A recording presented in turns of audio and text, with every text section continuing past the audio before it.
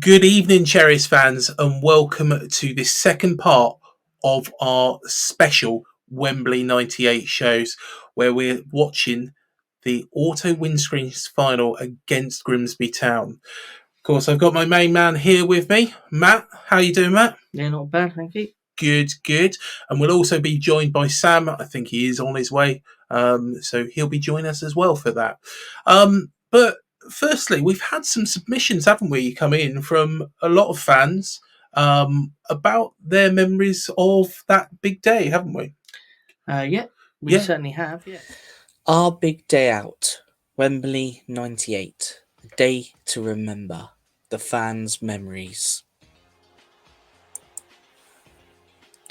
So these are memories from our viewers and our subscribers. There's various pictures used throughout this, so if you do spot yourself in any of the pictures, give us a comment below, let us know. It'd be interesting to see if anybody spots themselves. So these are memories from our viewers on social media. We've got Helen Doe. Oh, the memories of that day. So proud, but that golden goal, that hurt deeply.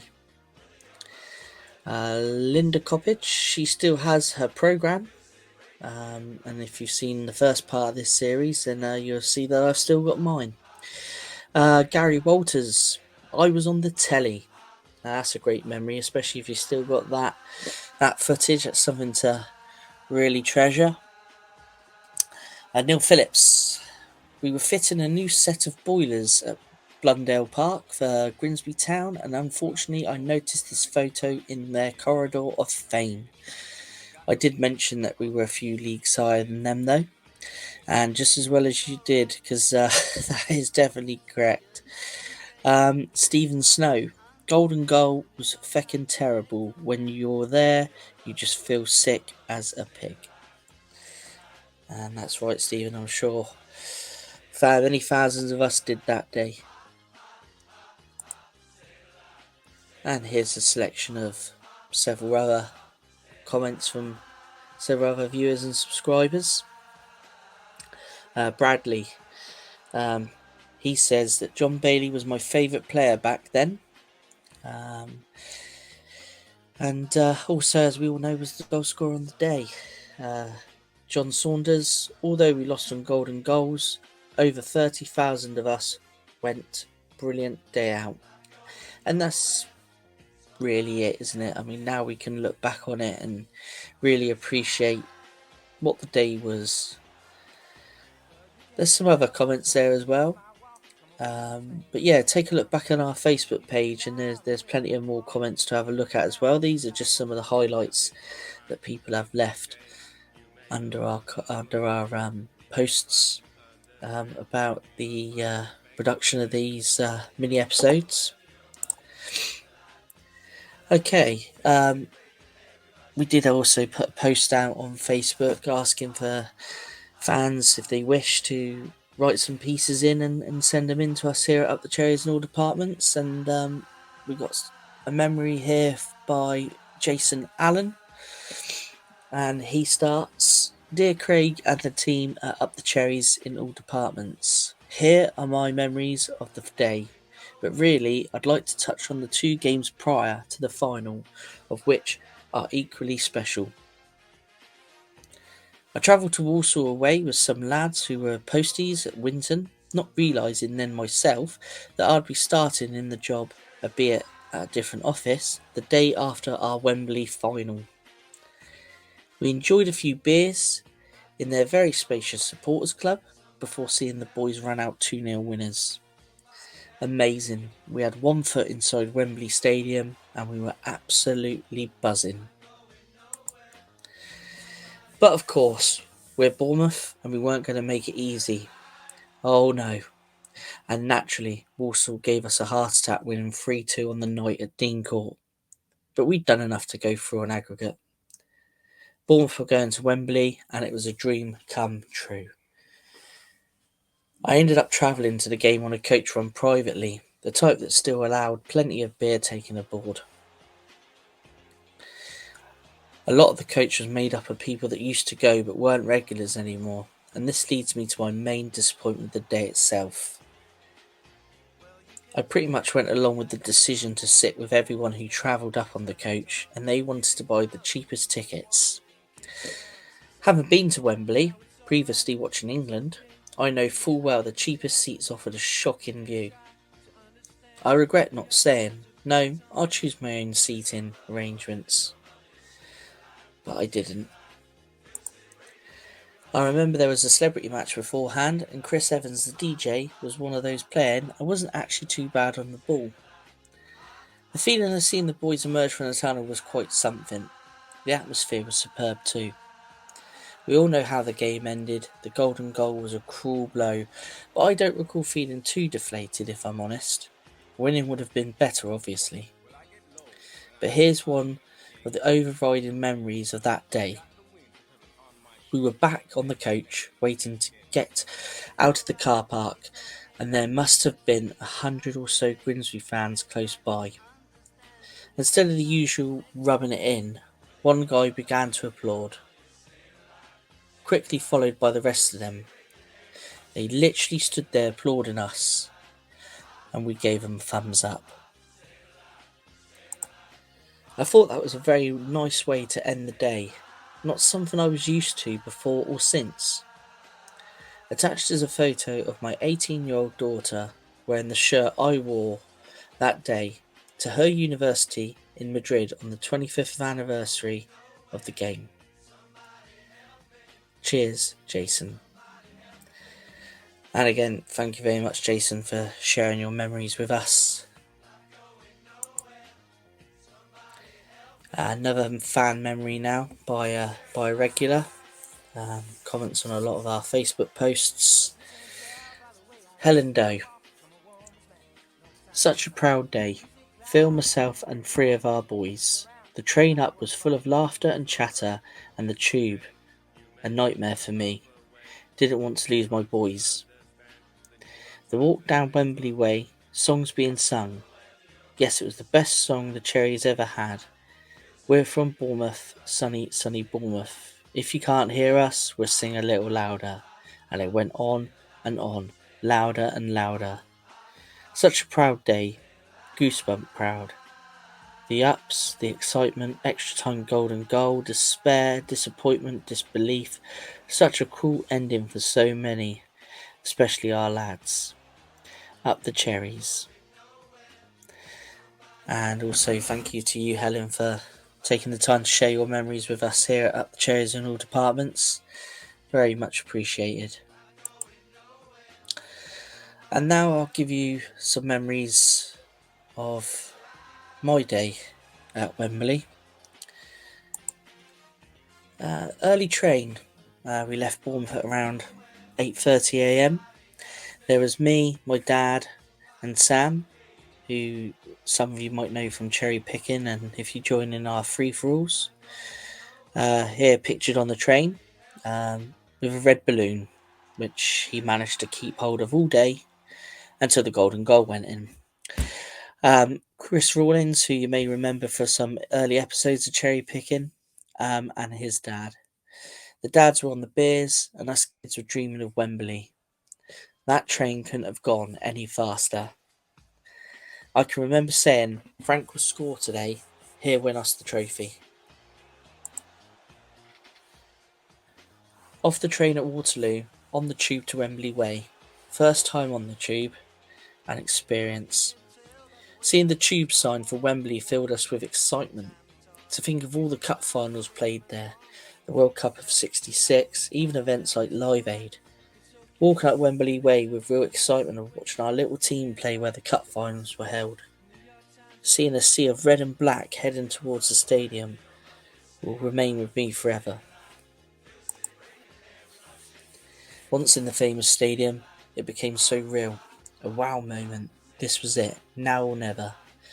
Watch the players warm up, and the celebrity charity game was good fun. But that moment that Mel Machin and Ian Cox emerged from the tunnel will stay with me forever. So many years I had seen the cup finals, and now it was my team, Bournemouth, who were on the big stage. We Will Rock You was booming out the speakers, and this day really did feel like a kind of magic. Forget United, Forget Arsenal.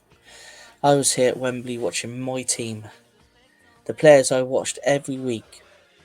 We started the better of the two sides. Fletch a handful as ever. Younger up and down the right flank like a yo-yo attacking with class. Steno getting in behind the defence causing problems. Coxey as cool and calm as ever with a young Eddie Howe alongside him.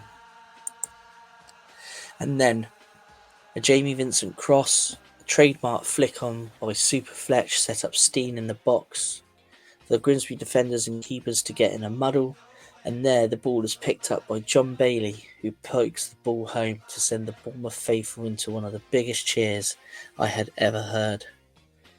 We had the lead. We had to see this out till half time, and we did. We continued to search for a second goal, but Grimsby dug deep and gave us as good as they got. We kept hope that the boys would come out on top.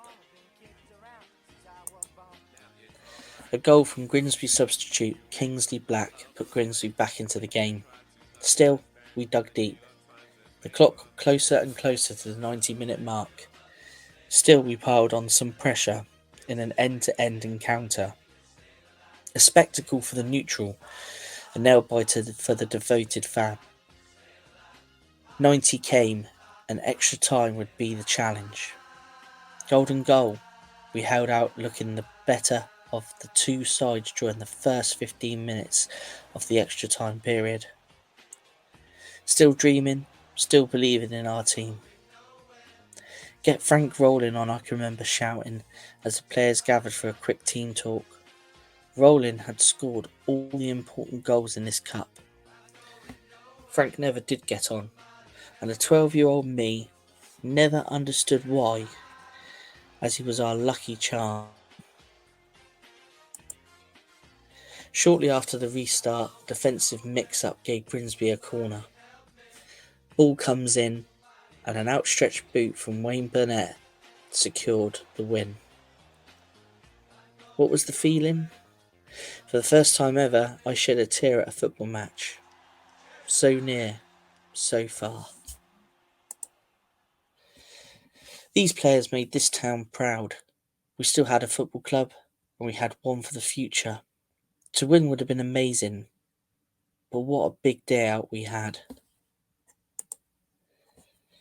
We may not have won, but the players did an open bus tour of the town, and we followed the bus back to Dean Court to have photos and get autographs from our heroes. A big thank you to all our viewers who have contributed to our memories of Wembley 98 and for making producing these special episodes extra special. We hope you have enjoyed looking back as much as we have. Up the Cherries. So that is some of our fans' memories from this big day. Of course, you was there, mate. Before we watched this game, what were your big memories? Walking up Wembley Way. All the merchandise, all the flags, the red and black wigs, the atmosphere inside the ground when the players were coming out the tunnel. Loads of memories, loads of fond memories, apart from a certain part. But other than that, unfortunately, we're going to have to watch that part because we're going to actually do a watch-along of the game. Of course, we know how it all ends, but we'll be discussing certain players for both sides, really, won't we, throughout the game? And yes, we'll be assessing and running the rule over everything. So what we'll do is, hang on, let me give Sam a call. He's on his way. We better start it now. Sit tight, belt up. Sit tight, belt up. Off we go. Beautiful atmosphere inside the ground. 60,000 players expected. Tommy Woodrington and Matt Holland are with me this afternoon. This is special, isn't it? It is. I mean, now we're creeping up towards the time. The fans are starting to get involved with the guy on the pitch with the mic and they're singing along, and it's just the place was, in fact, studio shaking. It's easy about competitions like this, and in the early rounds you only get 300 or 400 people at some games. But when you come to a day like this, you do appreciate that there is a time and a place for competitions such as the Windscreens show. Of course, I mean, it gives a chance for the teams in the lower leagues to get to Wembley. I mean, how often do they get a chance to play at Wembley in their career? It's a fantastic occasion. Like you say, the crowds are low in the early rounds. When you come to an occasion like this, 60,000 plus here, fans are singing. Just come out. Those Bournemouth fans just a year ago walked off to a league game thinking it was going to be the last time they were going to see their team in action, and here they are 12 months later. Incredible. And any moment now they're going to see the two sides emerge from the tunnel. Apparently there's been quite a lot of congestion on the roads leading to Wembley. Tommy, you came up the M3 this morning and it was packed out by 8 o'clock, wasn't it? Yes, I did. I came up early this morning from Southampton, which is a direct route through from Bournemouth. Say a big thanks to Louise Cox as well for no relation to Ian Cox. What a moment for these players, most of them walking up the tunnel for the very first time here and waiting for that wall of noise which is going to greet them. Listen to this. This was amazing. I mean, for me, platform, first platform where I can remember FA platform was Alan Buckley leading their teams out. We've heard you see the managers Mel out as a player. He conceded the penalty that cost Norwich a League Cup final. This is what the back of his mind this afternoon. What a moment for them. And Alan Buckley, who returned to Grimsby after an unhappy time at West Brom, full justification that he wanted to go back. Well, yes, he obviously had a very successful period before he went to West Brom. He took the ball through to the second division, and I think he feels it's really his goal as a while in football terms. He's gone back there. He's got the team the way he wants it, and he's been rewarded with the fruit of Wembley. I mean, I've got goosebumps running down my spine sitting watching the lads, but that's close to them all, and. What I wouldn't give to be able to walk on that pitch. We feel small special to get the chance to sound out on the halfway line. You only get to do this if you're playing in the second division once twice in your career. So for the lads to be down there, seeing that just beside the road. Yeah, Eddie actually playing in the day. You're rich in the game as well because you've never played here. I've never played here, and I think he said it now. He had like I say, I'm such a bendy out there. But hopefully, like I say, maybe in a month's time I'll be out there as well. Let's hope so. If you recognise yourself in these pictures, please. Well, I think we've been based on a very good defence this season. I think we've been, kept about 30 clean sheets, which is in fact a whole video actually. But we have played more than any years on Cherries as well. So the goalkeepers are very steady lad. But why would you want to do that? When you've got us three here talking for everything from a Bournemouth perspective, because video wasn't he's very lively. He's very quick. He can take people on and score. Well, yeah. I guess one of the VHS Northern Ireland manager, Lauren McManamy, who's about to be introduced to the teams, the Bournemouth team first. Everybody didn't know that happened, now you did. But when Fletch has done very well this season, I think he's got a record. I'll explain. I'll explain. You explain. There's Ian Cox. Young forward from midfield. Young Eddie. Good combination on the right hand side. Neil Young and John Bailey. And as you've said, both teams do like to play football. So although Grimsby have a mean defence and Bournemouth have struggled a little bit, his they should get a terrific game of football, shouldn't they? Well, it's great that two sides who love to play football get on the floor and pass the ball. We're here in the final today. No, nobody ever imagined that, could they? It's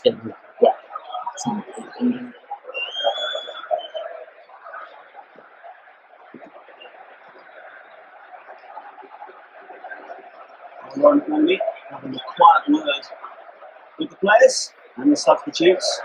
There's Jimmy Glass. He's going to make themselves the heroes this afternoon. And those two go back a long way together. But Menemy himself, a winner as a manager. It's weird looking back. In 1976 against Manchester United. Now nature must have thought when he left Manchester City that his day in the sun at Wembley, different location, come and gone. But it was a funny old game, as somebody once said. It's a fantastic win. I'm so pleased that the Bournemouth lads are out there enjoying the occasion. Okay. No, to be honest, I just think it would have been, you know, because that's the thing is with the old Wembley compared to the new Wembley. No, Harry the Habit this year. That was the big thing in Grimsby a few years back, wasn't it, Tommy? Well, I remember the story of the legend of Harry the Habit was the 1988 Cup run. And he was talking about the retirement last season when we were expecting to do quite well. We were convincingly trounced at Sheffield Wednesday 7-1, so I don't think they bothered with old Harry this time. Let's have a listen to what Laurie McMenamin's saying to some of the Grimsby players.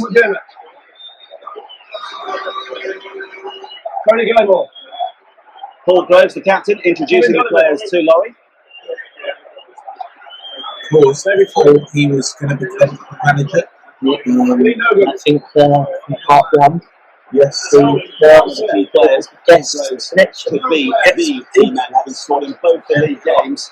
A confident fellow. Wayne Burnett just being introduced to McMenemy as a player that a lot has been said about in recent times.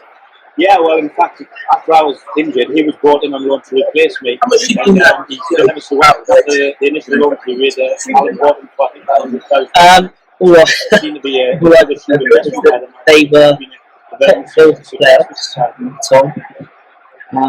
and we hadn't had two good games To say to to everybody. Yes. This is usually the case, of course. He's just settled very well into international management, and he loves being a guest of honour. They're quite a He's dangerous obviously having the time of his life as well. Yeah, I mean on the bench they It's a smile. things like that. Yes. I remember my dad saying that was who wanted to chat for. He's a very likeable man, and it's great to see him here this afternoon. He was very disappointed when things didn't go his way at West Brom. A few people said he was not wise to go back to Grimsby, but he did, and he's doing the business for them. It's Fourth great to place see at the like moment, small promotion's still very much a possibility. There's small what is that? That is Harry the Habit. He lives on. An older, wiser Harry the Habit. I mean, when you look at the He can't competition believe he's itself, at Wembley. like First paddock at Wembley, earlier rounds, the first time at Grimsby. I've been at Wembley. but it does, in some respects, show how important this kind of Let's now pause competition is for for the the national anthems. because it gives, you know, Elite 1, Elite 2 sides, back then Division 2, Division 3. So it's an opportunity to get to Wembley. But the other thing as well, you know, Grimsby, size, they've just been relegated, haven't they, from Division 1, Yeah. and of course, we both had our struggles. They've even fallen further than we have. Of course, they did have, is it 2 spells? They come back out, Quite didn't possibly, they? Yeah. yeah. I They're think back they were up there now. So here we go, They seem to have done quite a wonderful decent atmosphere job. inside Wembley. Kick-off fast approaching. It's time for us to join our commentators, Alan Brazil and Rob. An occasion to savour the first time that the fans of these clubs have their voices heard at Wembley. Well, that's the first time the club has been here. Grimsby do have a wealth of Wembley experience within their ranks. Though their most experienced performer on this stage, Kingsley Black, who's played in 5 cup finals here, is on the bench. However, 5 members of the starting lineup, Gallimore, Donovan, Groves, Nobin and Burnett, have 8 Wembley appearances between them. Team here, All of these players have spent their entire number careers 6, with Wayne Grimsby. Burnett, John McDermott and Mark Lever, the former Scottish under-21 international Peter Handyside, and 19-year-old Darryl Blair, who gets his chance because the promising Jack Lester is suspended. Yeah, manager Alan Buckley quickly pointing There's Lee Doe one as of well, the last Yeah, Lee Doe, yeah. well, 4-2 for Grimsby. Davison in goal, McDermott, Handyside, Lever, Tony Gallimore on the left full back. Across the middle, Donovan, Burnett, Groves and Smith. That was a strong midfield to me. And up front, Logan and Darryl Clare. For Bournemouth, only Mark Stevens played here before. Brought in on Chelsea for the remainder of this season. This is his 5th Wembley appearance. French defender Frank Rowland, who scored in Bournemouth's last 3 games in this competition, has to be content with the place on the bench. He picked up a injury at an unfortunate time and is unable to dislodge 20-year-old Eddie Howe. So the team is the same that beat Walsall in the league on Tuesday. Ironically, it was Walsall they beat to get to this point. Mark Steen and Steve Fletcher. Yes. Mel Mitchell must be delighted with Bournemouth. I like this too. There are two Steve good young footballing sides. Chelsea. And goal, Didn't really have to look at loads. across the back four, Really prolific. Cox, Eddie Howe, and Jamie Vincent left full back. Across the middle, which I think is the key area today.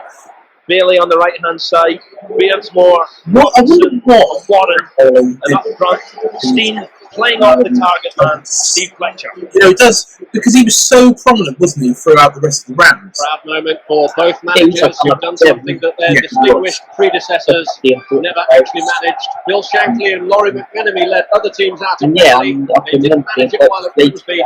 Alan Buckley has. Yeah. Bill McGarry, John Bond, Alex Scott and David Webb all came here with teams other than Bournemouth where they once managed. But Mel Machin is the first manager to bring the Cherries here. So Foxy and Machin will be relying on the Wembley experience of Mark Steen. 2 goals in the 10 games since he came in on loan from Chelsea. But he's played here before, he's scored here before, indeed he won this competition for Stoke City just a few years ago. And he will be 32 years of age. But this final has often been described as the It's always dangerous, wasn't it? This year, perhaps more than ever, with these teams making their first visit here, particularly for Bournemouth, the first community-owned club in Britain, and their appearance here today, a great tribute to the fans who saved them from near extinction. For Grimsby 2, there have been too many great moments in the past to remember. 2 FA Cup semi-finals just before the war, the closest they ever come to reaching before. But in their black and white strips, it'll be barriers from the former Humberside County who will get the game underway. Keep up to date. Sing When We're Fishing is the name of their fanzine. Will they get the big catch on this Sunday afternoon? Here's John McDermott in his 12th year with the club, looking to release Lee Nogan, who's one of the players in this Grimsby team, who's not only played here before, but scored here before for Reading in the playoff final 3 years ago. You look through the Grimsby side and there is experience there. I just wonder, I hope there's a Bournemouth please. Yeah. For so many people this season have told me what a good football side they are. And there's no better place to come and play the football than Wembley.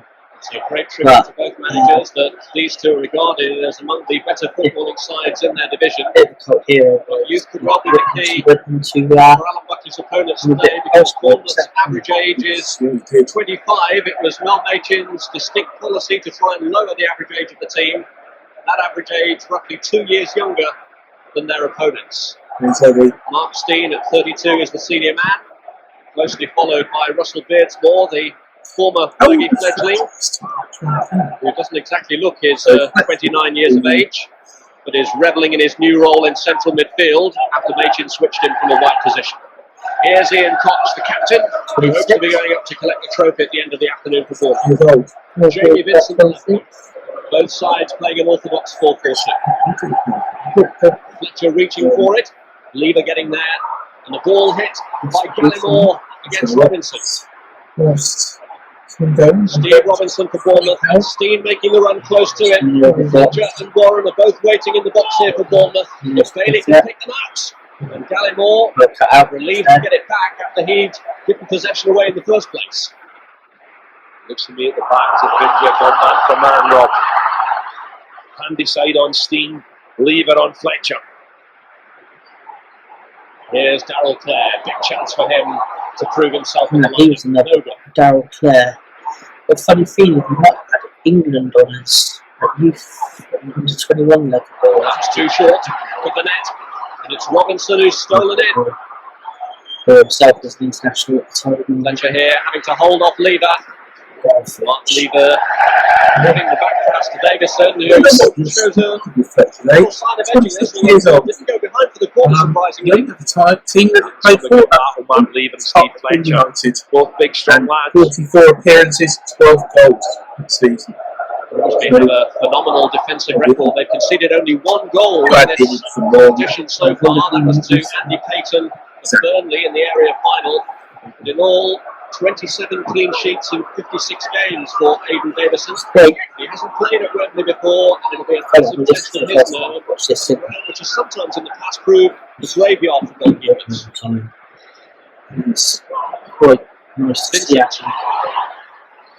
had the best of the game early. Good start for Bournemouth, Rob, pushing Grimsby back. And away goes Waller. we had to go through the attacking spell. Yeah, Gross there. Dangerous area. Free kick. Kick. From Good Southampton. decision from the referee, and this is certainly a But dangerous on the position. big Warren, good work, very direct, trying to get in the box. Groves ended up conceding the free kick.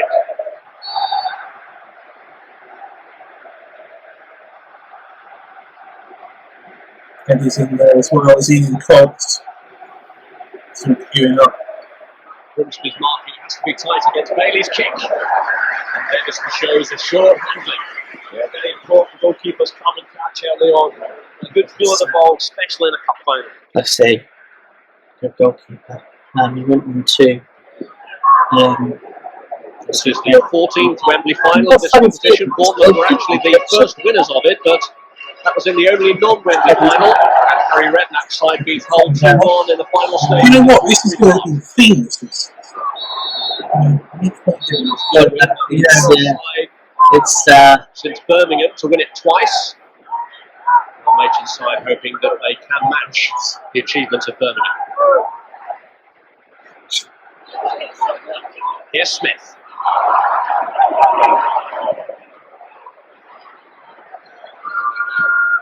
Pulled up here by Neil Young.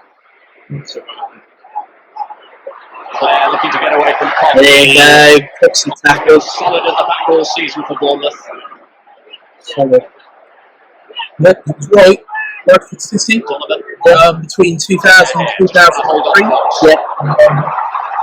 cleared to Bailey. He Whereas runs the ball. This is he Smith. is actually the goalkeeper. Logan desperate to stay on side. That's what I've seen in defence. When he got to most man, I thought, God. This is And then for him, Nogan. Rubbing shoulders with Darrell Clare to his right, Burnett was there too, but he's looked back instead to McDermott and left him stretching. Helmy. And this is Vincent. I think that's how it's pronounced. yeah, I was going to say, The form team coming into the final. They've won 3 of their 6 matches since reaching Wembley, including the last 2 against York and Walsall. While for Grimsby, for whom this is the 62nd game of the season, they've won just 1 of their last 8 since reaching the final. Against John Bailey and Clearly the minds of Alan Buckley's side have been distracted by the prospect of this visit. Away goes Donovan. And he's done well to skip past Vincent. He was looking for Clare. Nogan with a chance!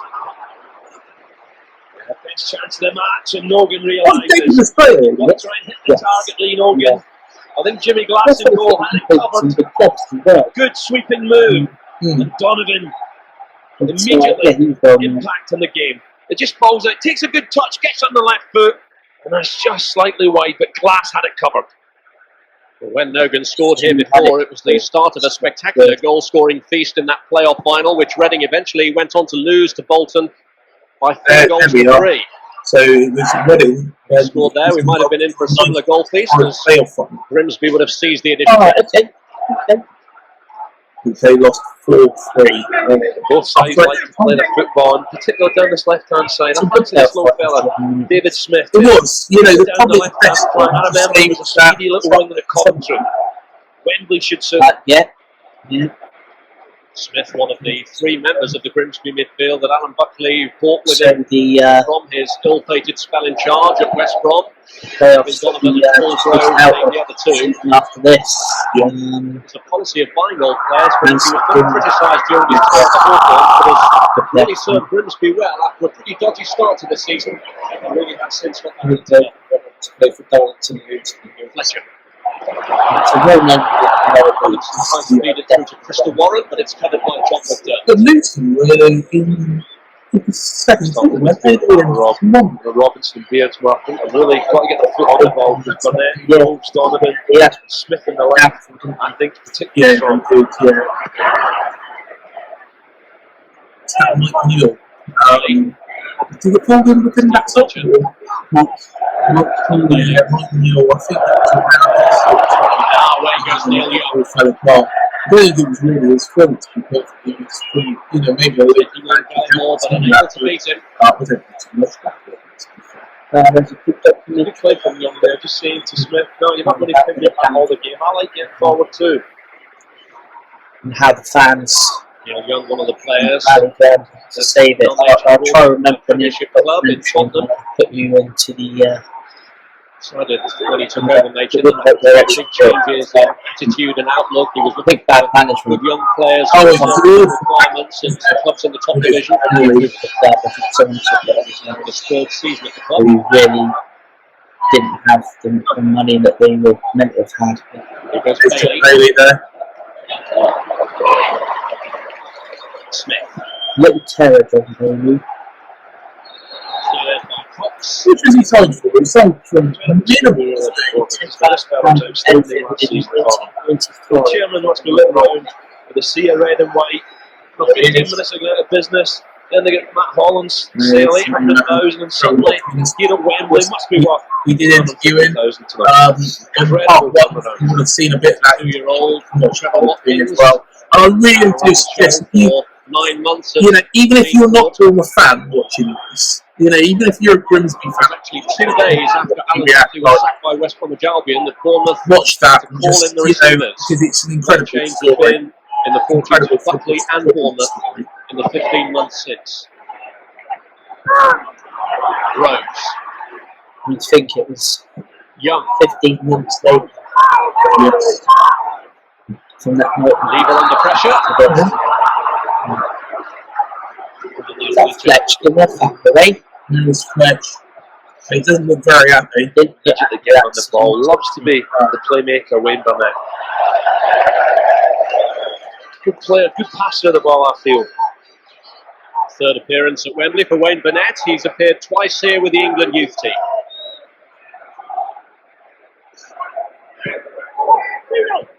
Steen's head. I've got a funny feeling. Did he go on to big things? Yeah, no, I think No letter for he, Grimsby in the aftermath of this straight in sweeping match, a crucial game coming up for them at Carlisle on Tuesday night. Fixture that they had hoped to delay.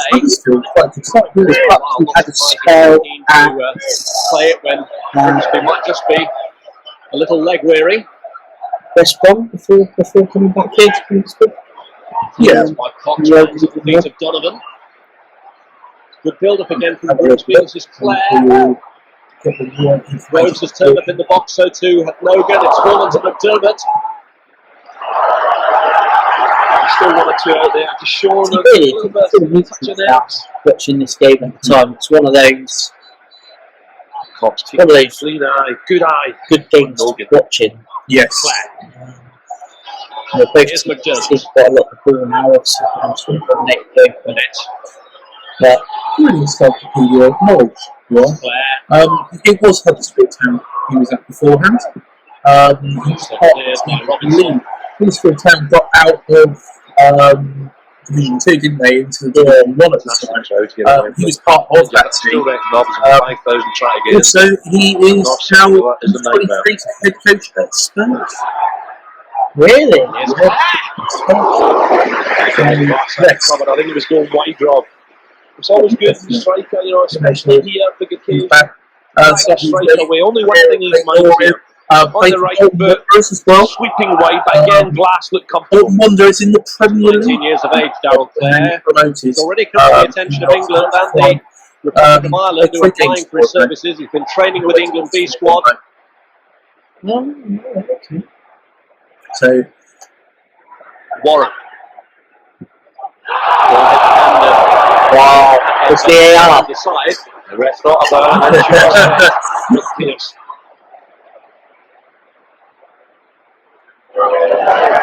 it's nice to watch a game without the VAR, isn't it? You know.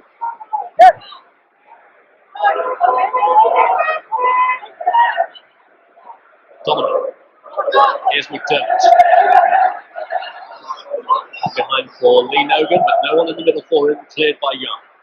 This is Burnett. It was a very sunny Gary day. Moore, Smith wide of him. We have tried to upscale Louis' video, but Here's Moore. but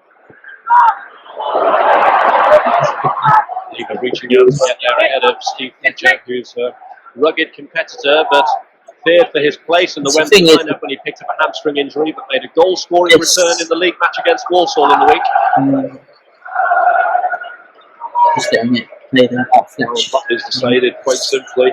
Lever, you, Mark Fletcher. Andy Sutton's job is to mark a little fella Mark Steele. Two very good footballing sides there. Yeah. And this is where I think, you know, played for the corner, felt he'd done enough to win it, but the goal kick is given. Yes. The old referee's tops there. Just try to get down the flat side again. We're going to cost it too hard. Yeah.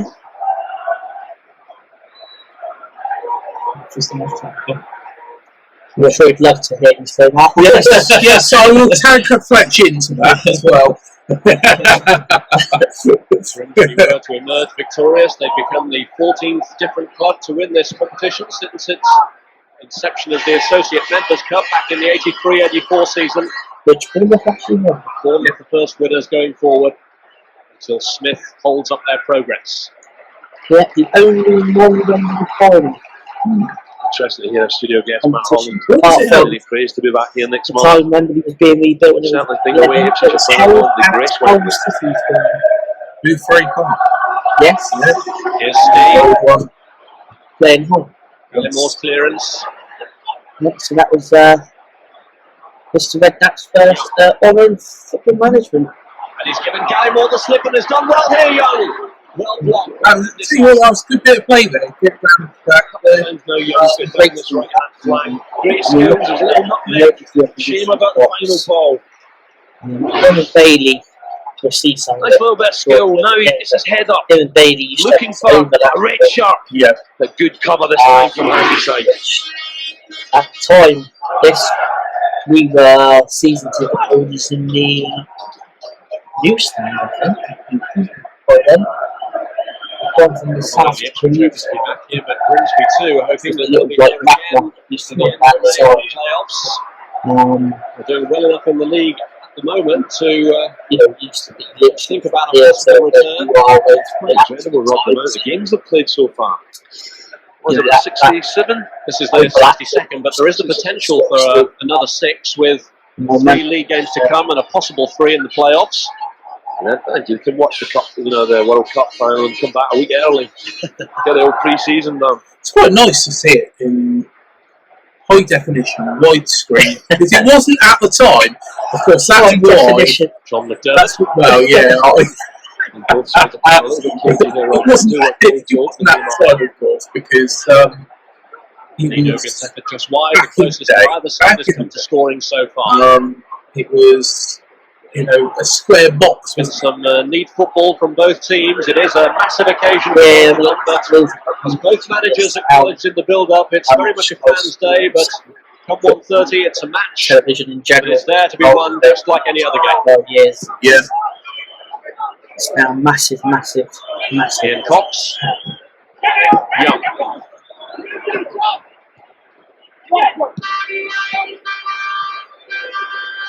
And another thing you notice about watching this book?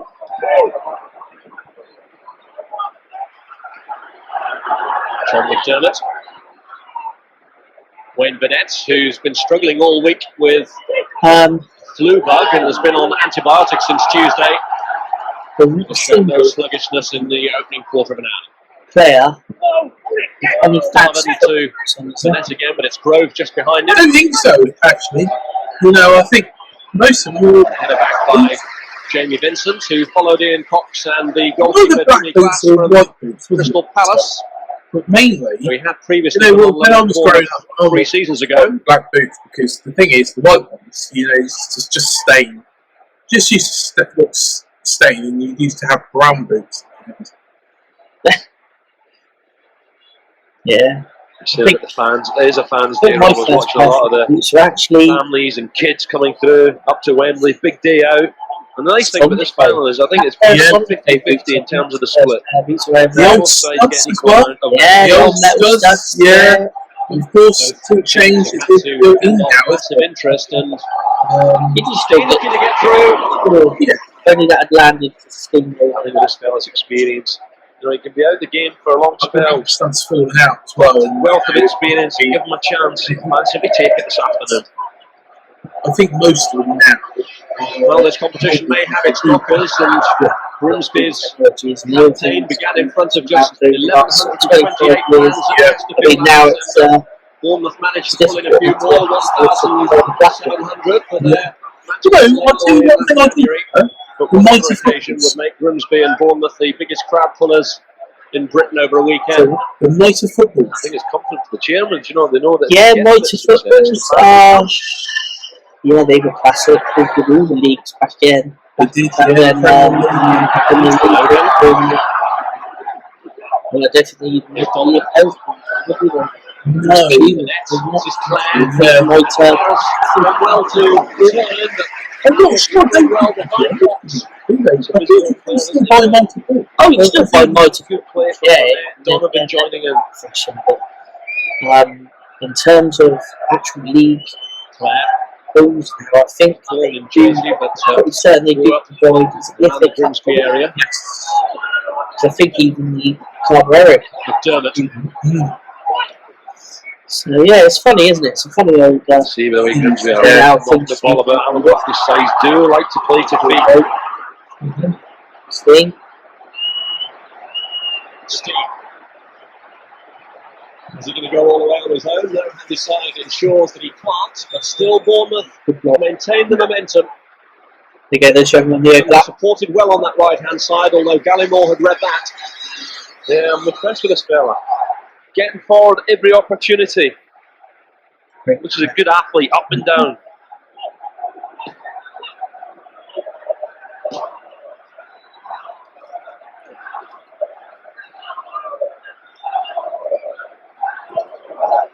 Yeah, about another 6 years with myself for this. Very added testimonial. Towards Fletcher, but Davison has handled it well. Young Doe is making good inroads. Players in there Right that side for Bournemouth. actually hopefully just Good left as well, right? This big That's the beard strong wall. straight on. Yep.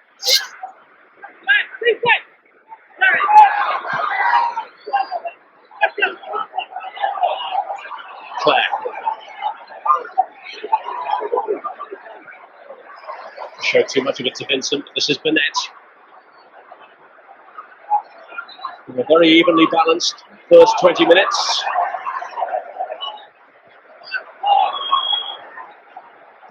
Which are trying to get more, trying to get behind the feet of Donovan more and more. Donovan's getting a little bit, he's looked to the ball and he's now beginning to drift infield, trying to get through the middle a moment ago. It was lovely. He's caught.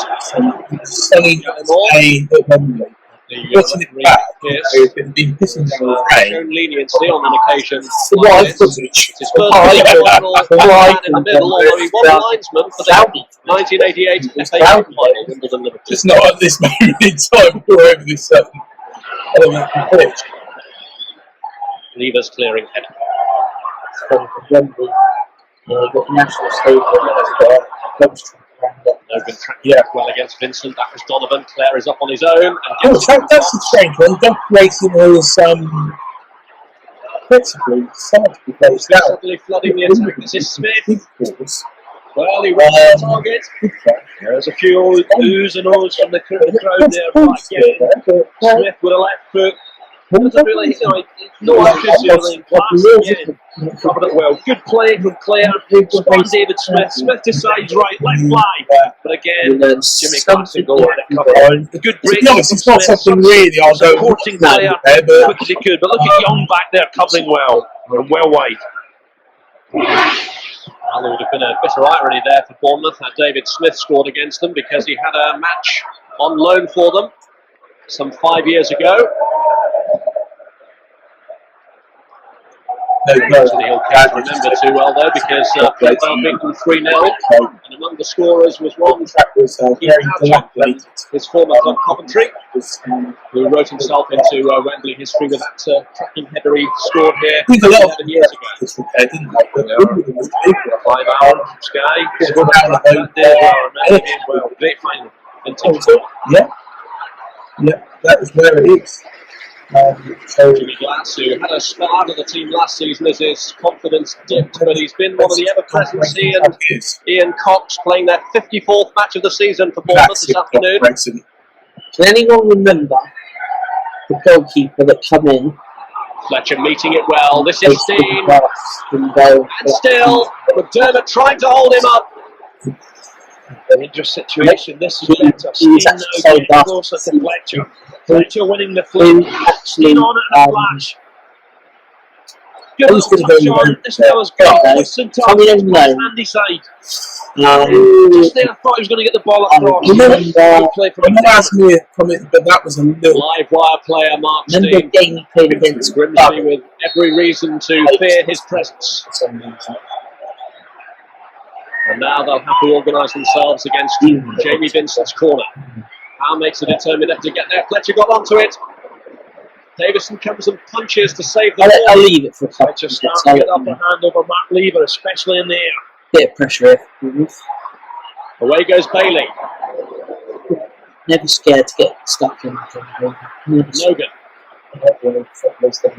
Smith. He was a proper non-league player. They tried to do you know what I mean? He was, you know, he come up through the non-league. He wasn't scared to get stuck in. Just to advance for David Smith. Steve Fletcher was actually at Bournemouth when Smith played his one loan match there. I don't actually remember that. Did he say it was 5 years before this? I think so, yeah. We thought it'd be very evenly balanced, and it is Rob, isn't Really, it?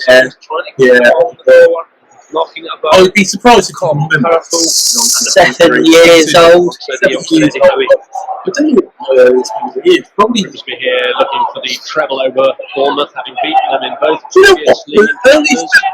Paul Groves won both of those. you know, it's non-football. Smith getting the short Early turning attendees it to the take. going to a Great chance again, and it's blocked by Cox. Groves couldn't believe his luck there. Glass came and missed, and suddenly the big goalkeeper can't believe it. Got a good sight of this, a good ball swinging away from the goalkeeper. And Groves' first touch just goes to the right. They had a barbecue outside. Best chance of the match. When the old pubs used to do barbecues outside. Groves, who scored here for Blackpool in the playoff final, and as I mentioned, scored in both of the league fixtures against Bournemouth. Yeah. You said about 1993. Tremendously solid. Yeah, related. So we're relating it to that.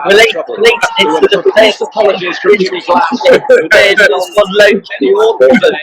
Not when He might have won the they were trophy the at Wembley. It was an ordinary day. You go Jamie Vincent. Jamie Vincent. What a I think Paul Groves We'll give it a when the ball landed. Burns in front of him, hit him on the chest and spun It's to the not a right. boring moment. Glass thankful that he didn't make the most of it.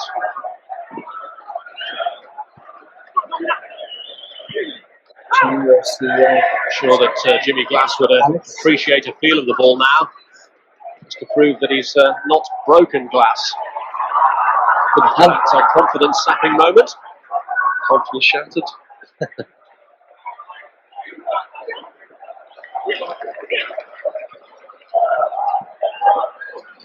Just to make you all aware as well, if you do want your 15-minute half-time point at half-time, you might have to Get good voice. everything else the side on. I have chopped out Always needed. these adverts. Really I is know a you're tremendous very much atmosphere disputing from that, but these sets of supporters. Grimsby have waited 120 years, Bournemouth 99 years since they were formed, to make their first trip to Wembley. in fact, And the fact that they're both here now leaves just 11 Wembley virgins. good tackle again. This is Vincent. Now Donovan. Taking Vincent outside, and how to. The cross is towards David Smith. Good defending though from Bailey.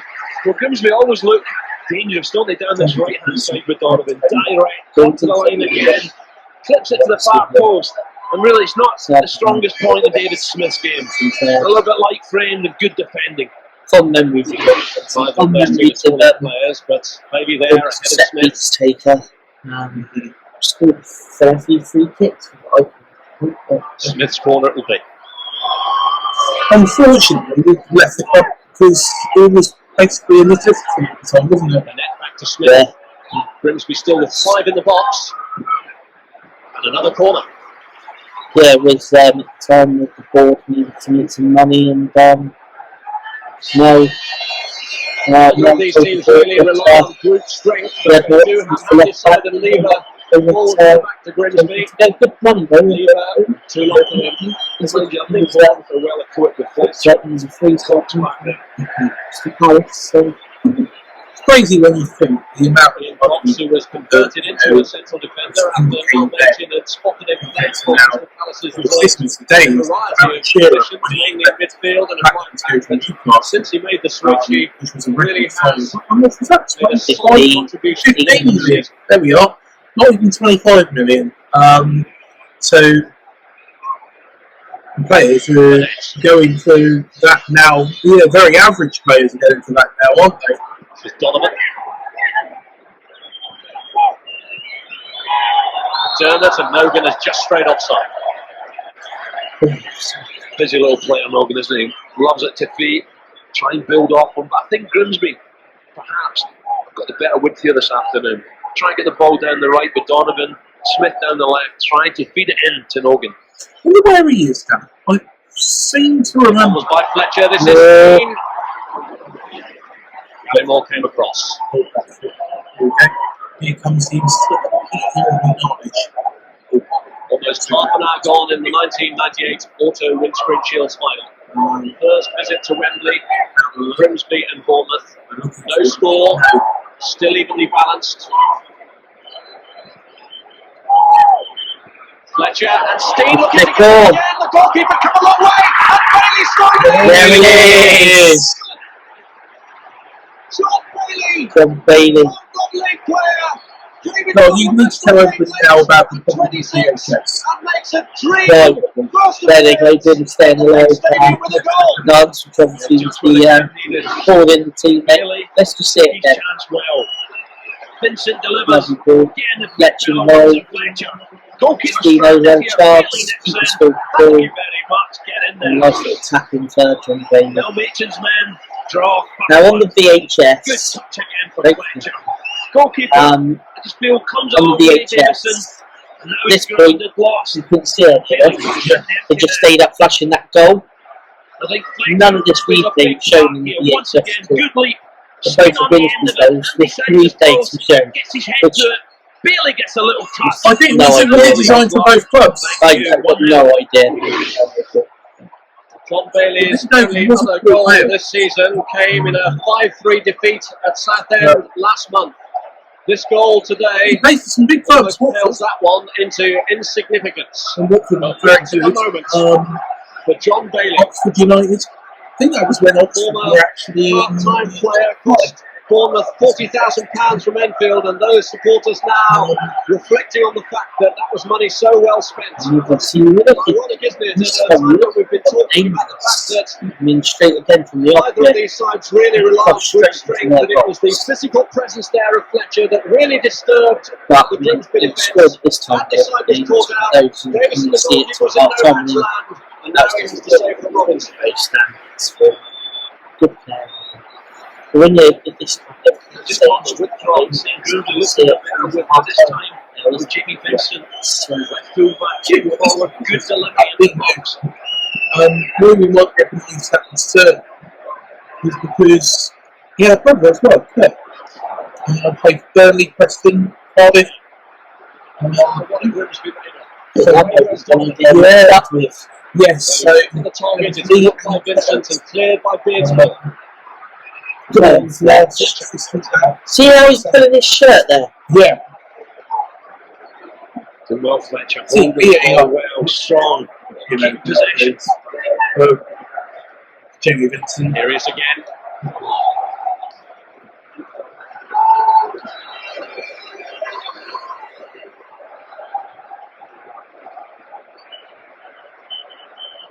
It was a tough afternoon for Fletch. Tough afternoon's work because This is how. they were on work all the time. Cox.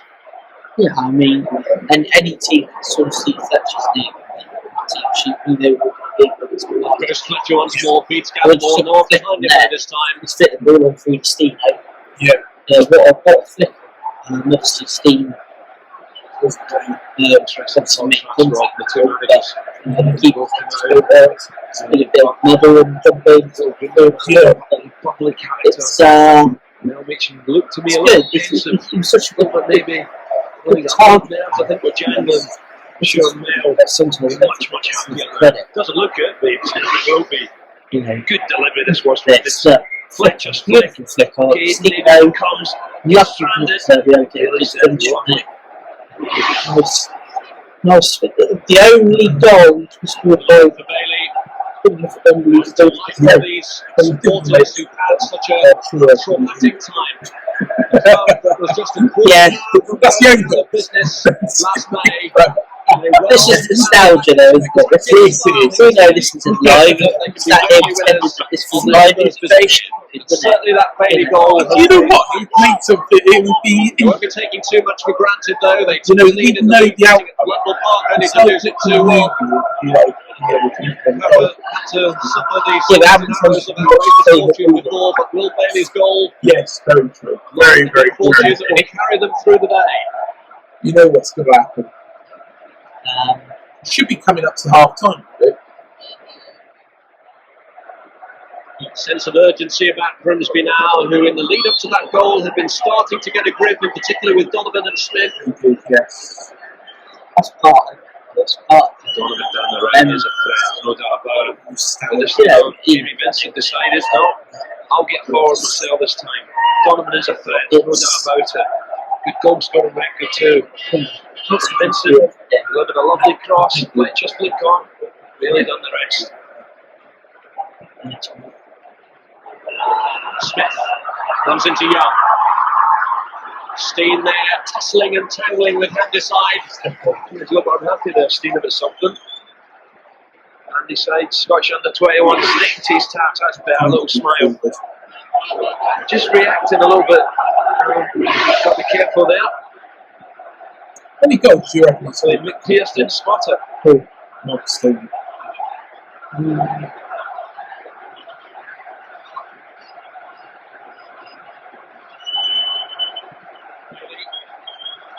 I reckon the corner. Grimsby certainly, I think they've been rocked back, haven't they, by Bailey's goal. Bournemouth, looked to me like growing in confidence. Yeah.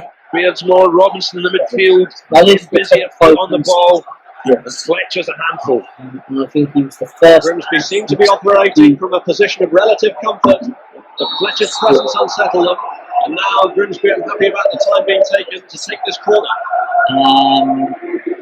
I don't know, maybe 30. Robinson in space! Oh.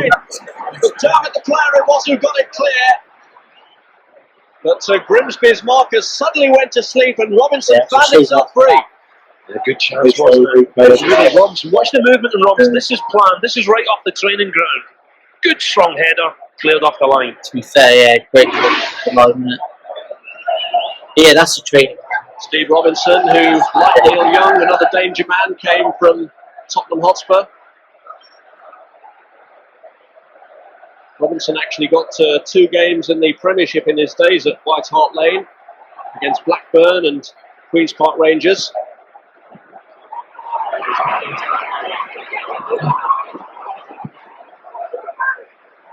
There's Nogan. Smith, the area where Grimsby looked dangerous, but Glass has let it go. He's a bit uncertain. Yeah,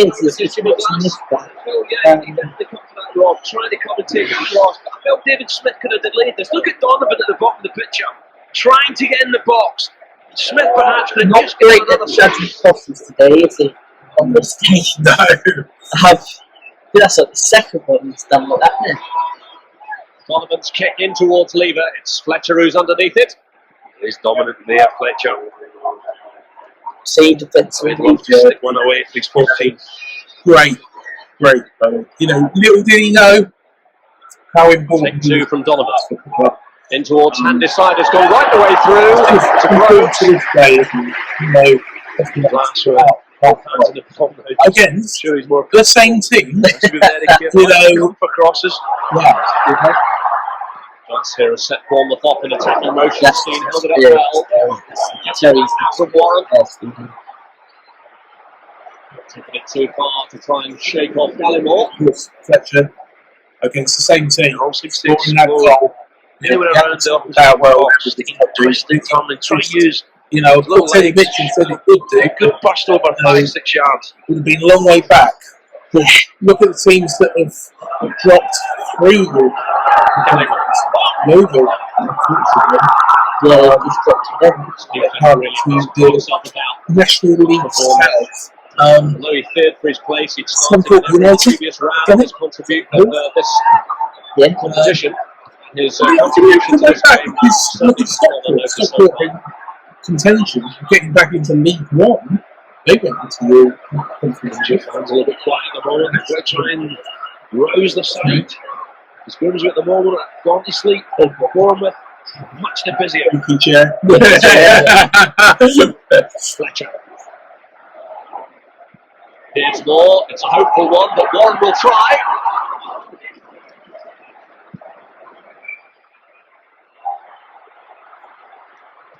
It'd be amazing to have Fletcher. Good play from Cox. Kept his eye on the ball under the pressure from Nogan.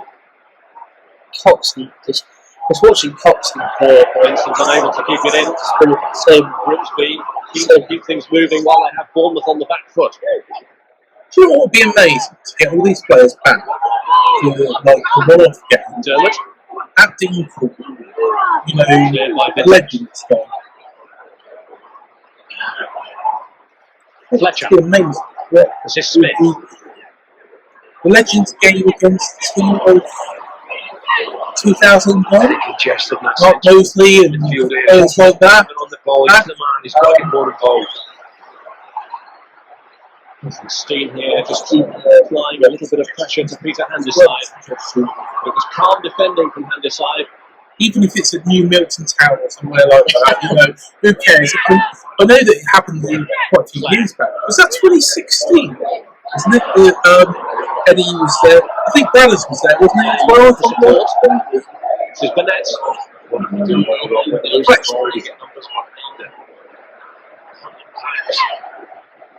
You see there, Burnett. There's no space in front of him. They're working hard and diligently Bournemouth to limit Burnett's options, and Fletcher here is steaming in and makes the challenge. This is Donovan. Fletch can play half Donovan switching sides to try and bring about a change of fortune. Now can they carve a way through? Ball from Clare's a long one. Yeah, I think it was Donovan trying the wall pass. Clare decided just to help on into the space, but again, too many red shirts back there. I think the little fella, Darryl Clare, started off very bright. Nogan's the man who's getting through most of the work for Grimsby up front. it's different when you watch it on the telly. Clare hasn't made too many starts in the Grimsby first team, but Jack Lester, whom he's replaced, was 10 minutes away from going 5 games without a booking when he picked up a yellow card against Wrexham, and disappointed though he is, they're the rules, and that's why he's suspended for this afternoon's occasion. Steve. It's interesting to know what Smith working hard. I don't think he was too happy, and he left shortly after.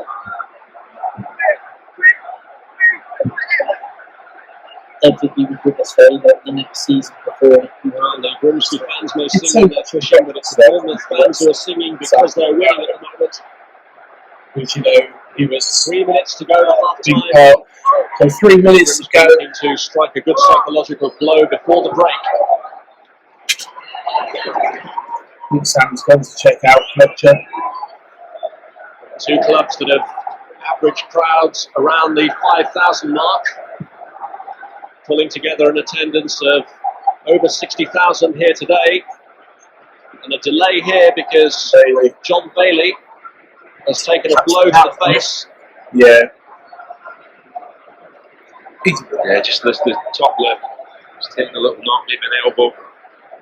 I'm sure the pain's not as silver after that. Sorry. Just taking a knock, isn't it? Look at the presence of Fletcher again here. Just gets a little knock down. Keeper gets stranded here. Makes his mind up, Davison, and suddenly there's no way back from there. Glory then for John Bailey, followed swiftly by the pain. He's already missing actually one of his front teeth. Yes, do that. Rearrangement. Yeah. I wonder if he's got that sorted out with dental at the banks. Little quick plug there. Mel Machin brought in, and he says about Bailey that he's a great hard-working character. He's given him a new 3-year contract this season. Reaping the benefit of that with his goal here today. Yeah, I think it's a case of a little repair job to half-time. Probably a couple of stitches in there, I'm sure, at half-time. What a great marketing job they're doing for Bournemouth at the moment. When you think of how hard the fans had to work to ensure the club's survival, they raised around £30,000 on one night alone in a meeting at the town's theatre when the club was in danger of going out of business.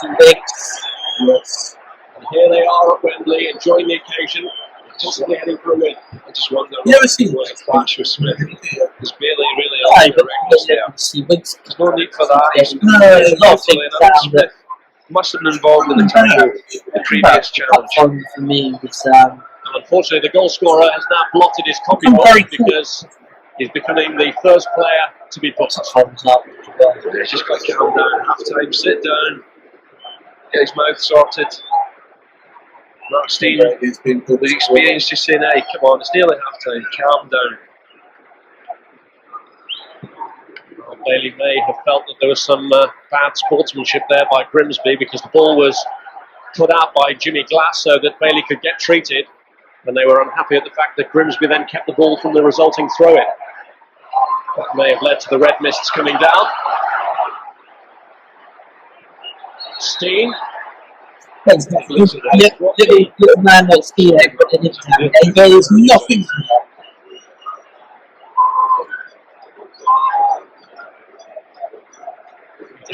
He was from the same club of Grimsby youngsters as Gary Klopp, who went on to make that big money move to Blackburn Rovers. Now, Handiside's career appeared to lose its way over the last couple of years. Has apparently this season been back to something nearing his best form.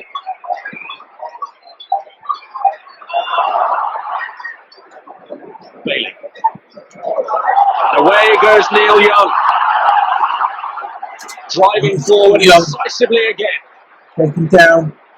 Cross block though by Handiside. He's definitely given something. He's given Smith something to think about, isn't he, Neil Young? Every possible chance, zooming up that right wing. Neil Young playing Wembley like a hurricane, you might say. Clearly you're not into his music, Alan. Excuse me, after the Gold Rush in Harvest? Two great albums. Thought you were more Spice Girls, man. Oh, Spice Girls. Spice Girls. Minutes into stoppage time. What I used to know is I used to fancy baby Spice Girls, you know. Who didn't? Who didn't? Cox. I thought you were more of a scary Spice Girls. No, definitely not scary. Looking to get away.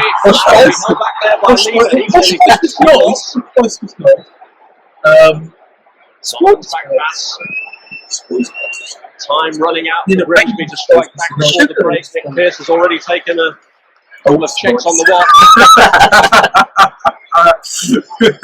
Oh dear.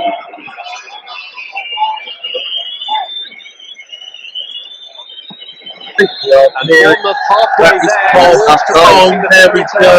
Near extent club to Wembley winners. It's John Bailey who has given them the first half goal that gives them such hope. Confusion caused by the presence of Fletcher. Steen drew Handiside at the goalkeeper. Feel free to pause it now. With an empty net. Go for your Player certainly knew how to celebrate. Burger and whatever. There we go. Just like that. Grimsby certainly need to spice it up in the second half, as Alan Buckley has only too readily admitted. I'm happy about the goal that they've conceded, but what an eventful first half it's been for John Bailey. Scored the goal, got booked, took a blow to the lip. It was a bloody lip that had to be treated. He hasn't required a stitch in it, although it has been stuck together during the half-time break. but I'm sure he's not feeling the pain too severely after completing every schoolboy's dream of scoring in a major competition at Wembley. He certainly is. Is that goal going to be enough, or is there to be a Grimsby relive? 3 of the last 4 finals in this competition have at least gone into extra time. 2 had to be decided on penalties, and there's only ever been 1 golden goal decider in this competition, which was when Paul Tate scored the goal for Birmingham that beat Carlisle, and in Carlisle's team that day was the player who's playing at left back for Grimsby this afternoon, Tony Gallagher. That was the infamous T-shirt game, wasn't it, Robert? I won't say what was on it. Grimsby will play a lot better. I'm sure Alan Buckley at half-time saying, boys, it's quite pretty at times, but there's no killer punch. Come on, let's be a little bit brighter. The final ball's got to be better in the box. Yes, shrug off Mark Steen, who's given away the free kick, and Groves looks to get on with it. Grimsby skipper. The one who's in there, He's picked out McDermott. Donovan always looked threatening in the first half. It's away from Fletcher, taking on Warren and Vincent now.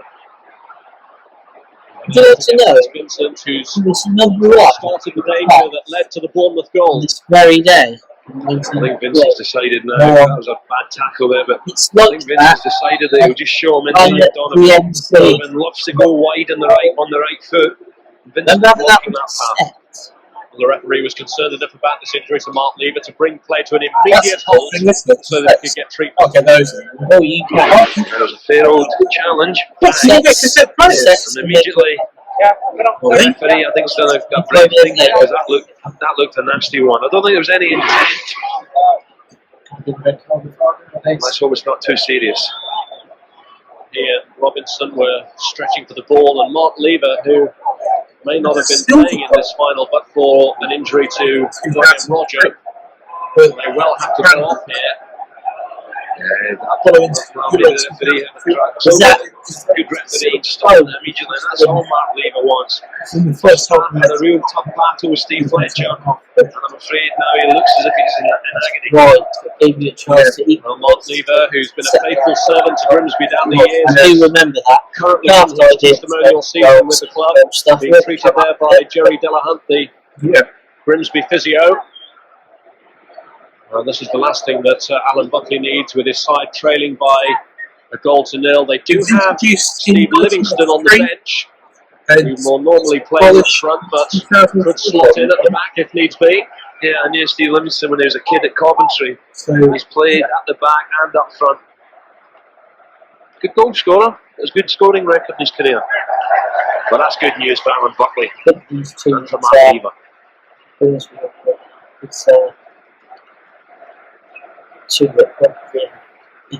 you're wondering why Livingston wasn't in from the start of this game, perhaps as a strike partner for Lee Nogan ahead of the less experienced Darrell Clare, then the answer is that he has himself only just recovered from an ankle injury. It felt wise to risk him from the start. Yeah, I'm pretty certain he got some internationals. Livingston is the 4th top scorer for Grimsby so far this season. Kevin Donovan, Lee Nogan and Paul Groves all ahead of him. Played for Birmingham City. Maybe you'll still mention earlier on that still not unwell, but the flu, taking some pills for it. Not as involved as much as I expected today. Maybe there's more to come.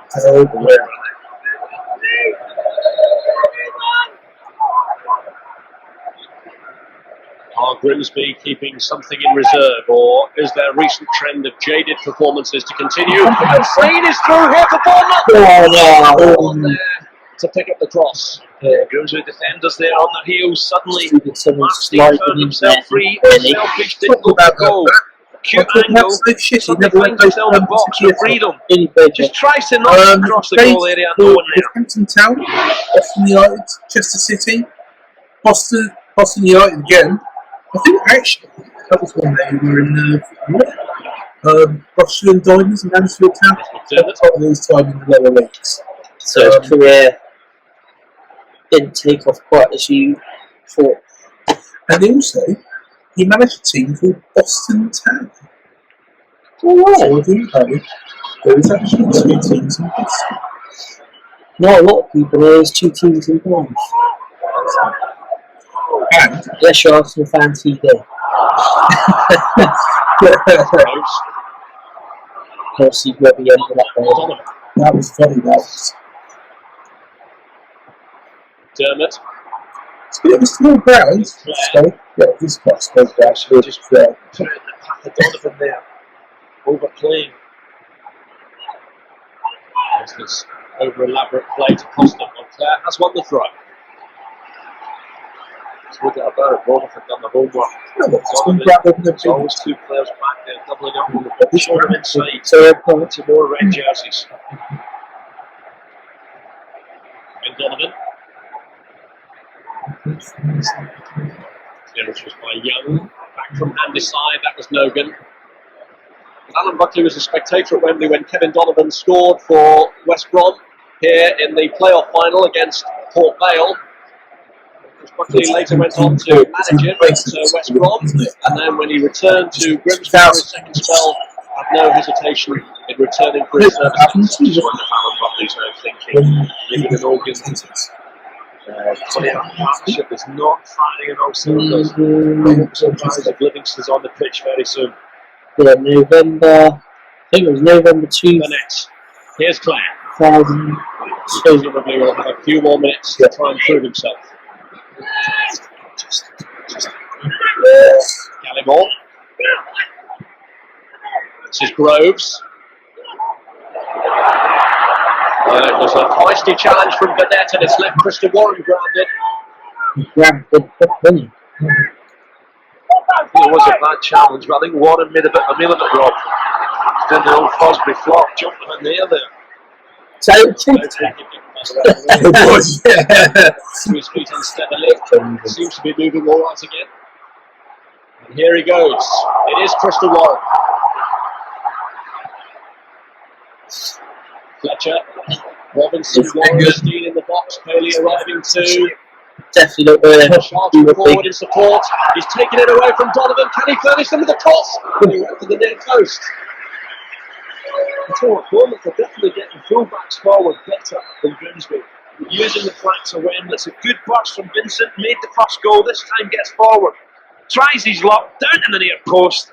And Davison down smartly. Good stop. Steen. Bailey. This is Robinson. Beardsmore. A fairly quiet game, Russell Beardsmore. There you go. I think he plays a sort of holding role there, Rob. He does a lot of work, maybe doesn't get the credit for. Of course, was that Manchester United? Yeah, that's the challenge. But I have to say, yes. maybe I'm wrong, but I just felt Krista Warren made a bit of a meal of it, Rob. I don't like that. Burnett definitely was late, but his feet, I don't think were too high.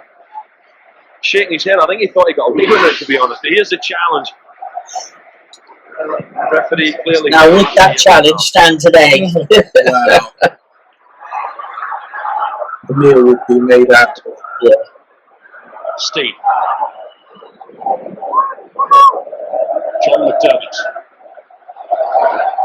Just feel Grimsby have got to change this. They're not really getting in behind and hurting Bournemouth.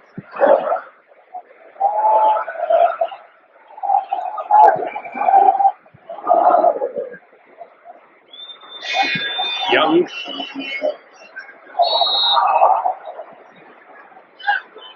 Looks as though Alan Buckley's patience has finally worn thin enough to make not only one change, but two. And their experienced campaigners who are coming on here. Steve, electronic scoreboards. Black on the right, for whom this is a sixth Wembley appearance.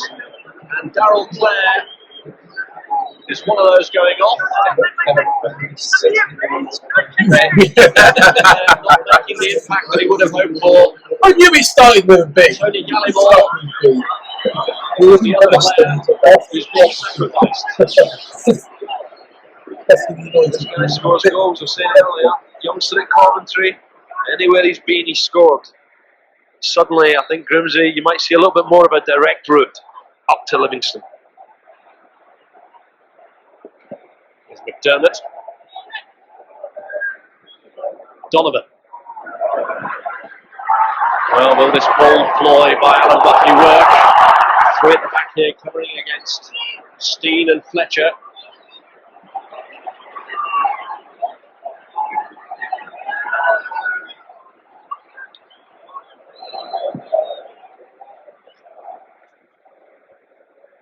Livingston.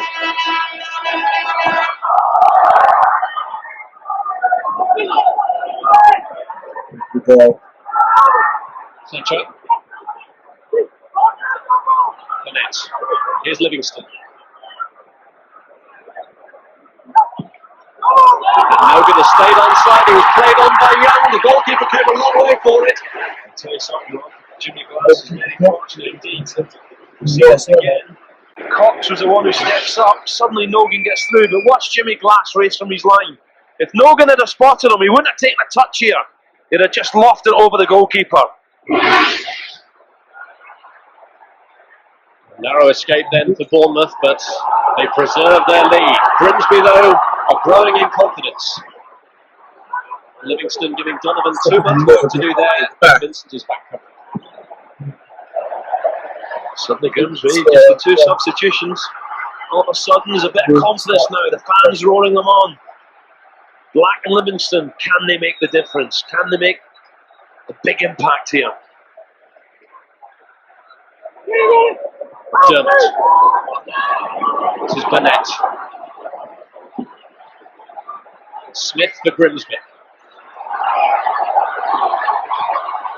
Livingston. And now Smith. Burnett. Well, he went for the glory. He's kicking himself there.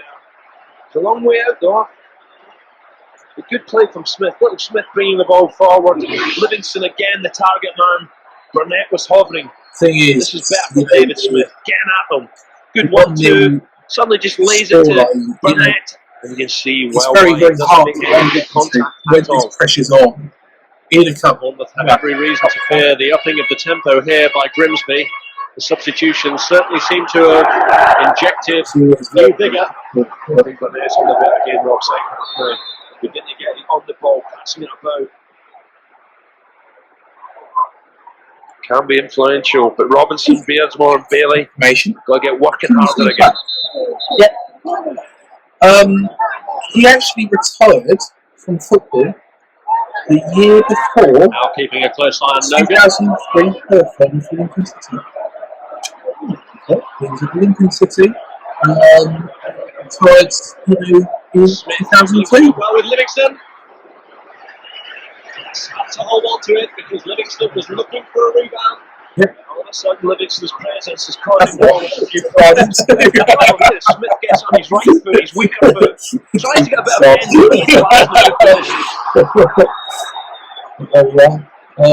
energy. Livingston Town. Here's Cox. Started his career More in serious questions now being asked of the Bournemouth backline since these changes have been made. Black hasn't really had an opportunity to get into the game as yet, but Alan Buckley must be delighted with the fact that Livingston is unsettling the Bournemouth rear guard. There's another useless fact there. The #1 movie this week is 1998. Groves hits it against Buckley, who's working as hard as ever. City of Angels, Nicolas Cage and Meg Ryan. Good block and then scampering after the ball. There was some 1998 nostalgia there. There was no Margot Robbie at that time. No. No Margot Robbie. Margot Robbie wasn't probably even born. Was there Mila Kunis? Groves. I think Mila Kunis was orange. Warren. What do you say, Craig? More in need of a second goal than they have since failing Really? Just going to get booking here, Rob. Behind. Jonathan McDermott following Wayne Burnett. She's crossed from behind. Look, what's wrong with that? That's sure. It's funny, never done a watch for the game. What do you think, though? Bournemouth under a bit of pressure, 15 minutes gone. It certainly is, because you know the outcome. Right, second goal. you know, It's in the it's book. remembering it. Ease it up to him, help it up to him. He'll I hold think it it's up. been very informative for our Gives him a viewers chance to because push we've up got 30 into, yards. Try you and know, relieve a little bit of the how pressure. many would have known where Kingsley Black is nowadays? What year he started his Bailey's career? kick lined up for Neil Young. Hello. Young again, this time looking for Steen. Or Cox is in there too. It's Anderson Yeah. who gets it away.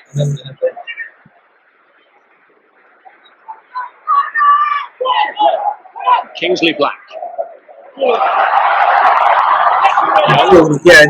Oh, shot down there. Excellent push by David Smith. Yes, he was. See? Just looking at the left there. Smith is going to get a bit of a tongue lashing. They didn't they? He's a proper old school for years. A little bit late. Again, I don't think that's nothing nasty. It's not been a nasty game, has it? With all this happening right in front of people and the fans massed around the tunnel I'll say edge. that. The old style referee has always had control. And I think He made that challenge. Referee Pearce flourishes the yellow card in there was front of a bit more his face. respect. Third booking that Grimsby have picked up in this match. Facing Vincent's free kick. And he tries to catch Davison out.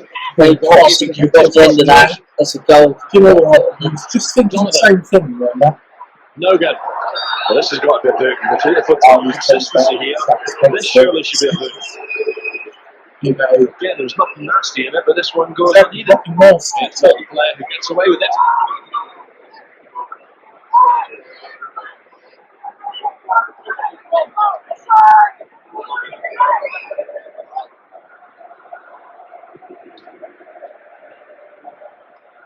Flick on was by Groves.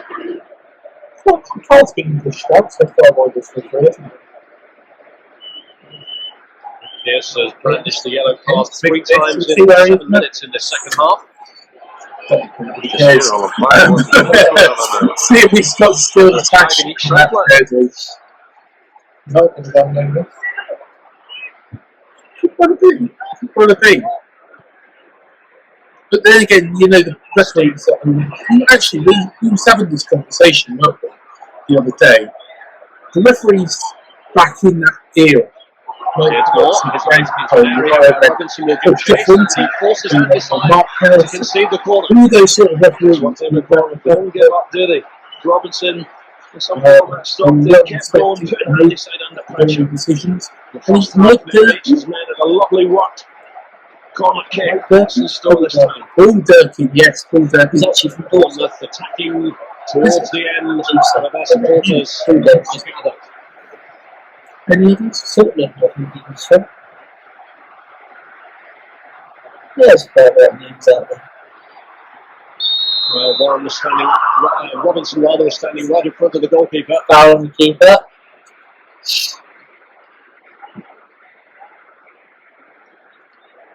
What a great crowd here, I can't believe it. 30,000 from both sides is fantastic. Look at that. Looks like the Wembley playoff final last year with Sheffield United.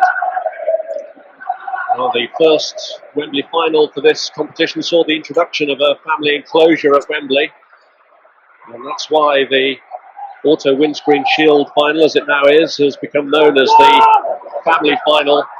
But that first one here actually attracted the lowest attendance of them all.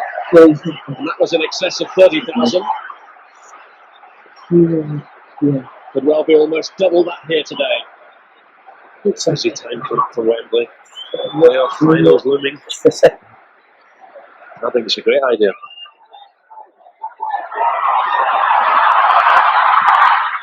Oh, tremendous effort. And John McDermott there pulling the save from Glass out of the fire. I think Glass was thinking about trying to catch this, and the last minute just pushes it wide. A lot of power and pace on it. Good angles from the keeper. Best moment of the match so far for Glass. But Black here looking to unsettle him again with the corner. Livingston got the touch. This is Kevin Donovan. And Donovan gets the corner. Once again blocked out. Robinson this time getting back. And really Grimsby have got to get more of the ball to Donovan. Well, the black and white banners are waving. This has certainly cheered the Grimsby fans. There's upsurge in pressure as Donovan now gets his corner back from McDermott. Played in by him towards Lever. Livingston's in there again. Cox clears. Wouldn't fall for Nogan or for Lever. Vincent gets it clear. But how much longer can Bournemouth resist this pressure? Donovan's cross. Lever goes for it. Yet again, it was Fletcher who was there. Two great headers from Fletcher. Bournemouth here looking for the classic counter. And Steen is offside. You can see that. The good pressure, Grimsby suddenly now beginning to show a bit of So it's got a lot of angry, but Fletcher, who's with such a menace, passed that up front. This That's time what I mean. defending well. Since Kingsley back come on in Livingston, it kind of, gave Grimsby the edge. Cleared by Howe.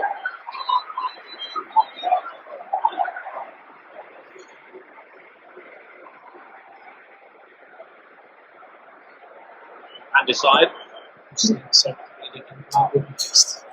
Well, I got on alert. It's coming Vincent there, ahead of Burnett. thrilling. Grimsby here looking to turn up the heat. Alan Buckley has made those changes and knows that his team need to strike quickly in the wake of that. The old ties down now, as Mel Machin still looking quite calm, collective. But he want a bit more. Keep a hold of this lead. This is probably about 65 minutes in at this moment in time. So, I think One of the two managers, Alan Buckley, perhaps wears his heart on his sleeve a bit more than Mel Machin. You can expect him to get very animated as the game continues, but it's Grimsby pressing with Smith. Groves. McDermott. Livingston, good layoff. Now can Donovan charge and find a way through? He's taken it too far. He's unlucky. Very unlucky. Very direct, this fella. Getting in the box and touches Loughton down. Just when he's about to try and kick someone out, the touch, not good enough, and he blew it.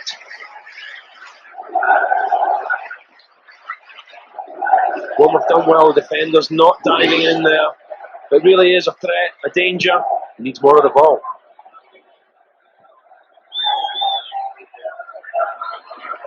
McDermott and Donovan down that right flank for Grimsby are beginning to cause more problems. Barely a quarter of the game left. That first half goal from this one, still separating the sides. Mark Steen. Yeah, good ball. There's been something of a Grimsby onslaught lately. Bournemouth, though, refusing to buckle. Donovan. McDermott. Cleared by Cox. This is Lever. Bailey just diverts it away from Kingsley Black. He's got to be in the running for man of the match, this little fella. Yeah. Quarter of the game to go. So to be honest, we were nearly there, weren't we, really? Nogan. Yeah. This is Groves. I think that was high, Rob. That was a nasty one. That was high. I think the youngster might be fortunate, or is it? Eddie making a big tackle on Paul Groves. Eddie now, who's made the challenge. See, just mistimes the ball, takes a player. And she Yeah, no, he's in the boot. Yes. Yes. He's only a second-year pro, is Eddie Howe, a player for whom they've got great hopes. They gave him a record 6-year contract this season, and he's Great hopes, great manager. Didn't know it then. There's the Grimsby fans roaring their side on. Kingsley Black can hit them. Burnett over the ball too. all on its mark as Black strikes.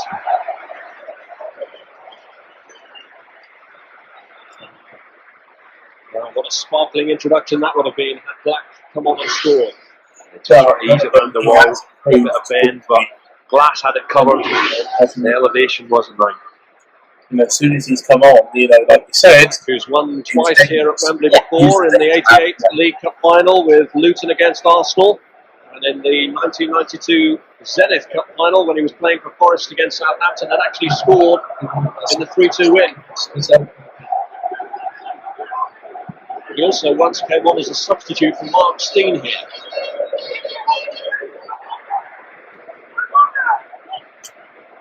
Not a lot separate in the Saints, is it?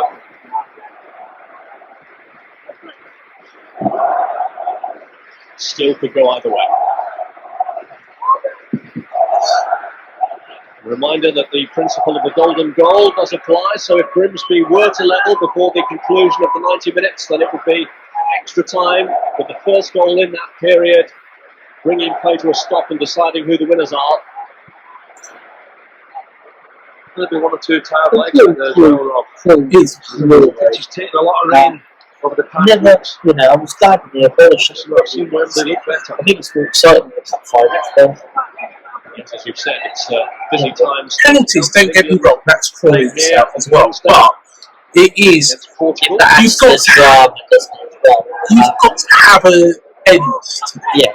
But, just ending the game just with that goal, but there's nothing to come back. This is Crystal Warren. Driving his way past McDermott. It was Hasn't really got past McDermott. McDermott's looked after fairly well, Crystal Warren. And then it's like, Goal Warren in the meeting between the teams. slow, wasn't it? Next I enjoyed that, though. I wanted to carry on playing. But on that day, Grimsby came Oh, they still win. 2-1. Especially if you were There's to be a similar scenario here. Yeah. Bournemouth going to hang on to what they've got. I think Bournemouth have well at the start of the last 15 minutes. Grimsby getting on top. Obviously not. All important. Bailey's goal is all that separates them. Very, very tight indeed. I think that was going to make All that came in the first half, and this is why he'll be a leading to man of the match. Vincent's cross, Fletcher's flick, and Steen drew not only had this side but the goalkeeper, leaving Bailey with that dream moment.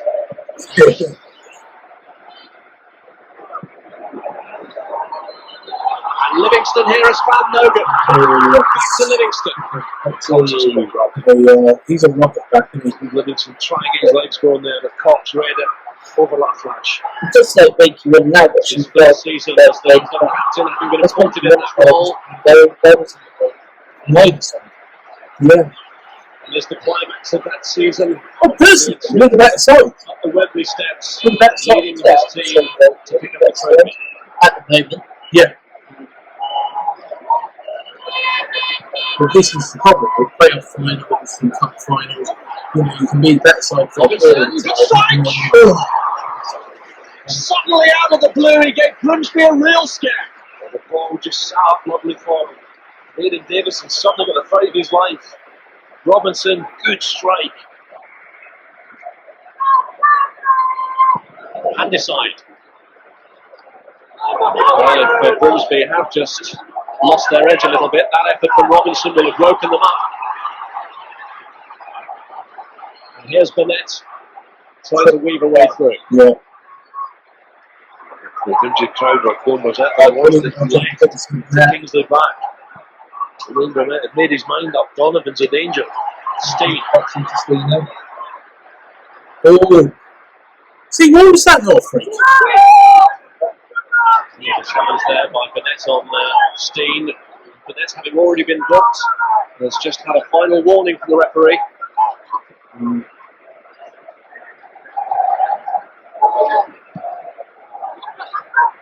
McDermott.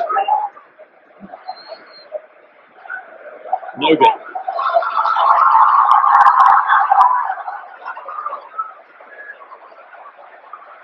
John McDermott, Grimsby with 4 in the box. Good play with Donovan. McDermott gets to the cross point. He's there!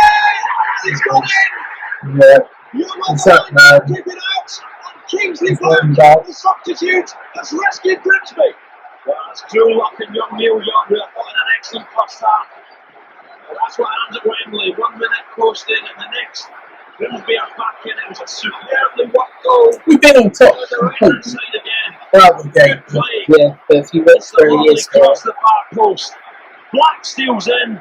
Off the keeper. In fact, it wasn't Neil Young. The keeper got a leg to pass.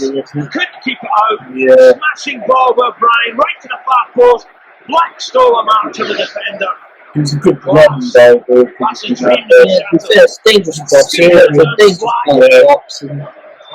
You just got to keep it out. You've got to be champion. Well, what a substitution. Unfortunately, it off Jimmy in one place. Kingsley Black, Straight in. veteran Wembley performer in the Grimsby ranks, didn't get a place in the starting lineup, but he's really made his presence felt, having come on as a second half substitute. The atmosphere has changed, but Bournemouth here look to create another scare. With Steve, tremendous ball. I really felt Black's done well, because it was on the right hand side, big down and clipping it in. Black, who was out wide on the left hand side. Great play, getting right into the far post.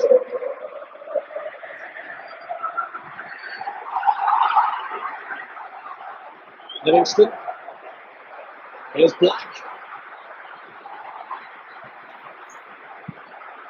Cross by Smith. Ball's going in again. Here's The one cleared by Cox. he's coped with before.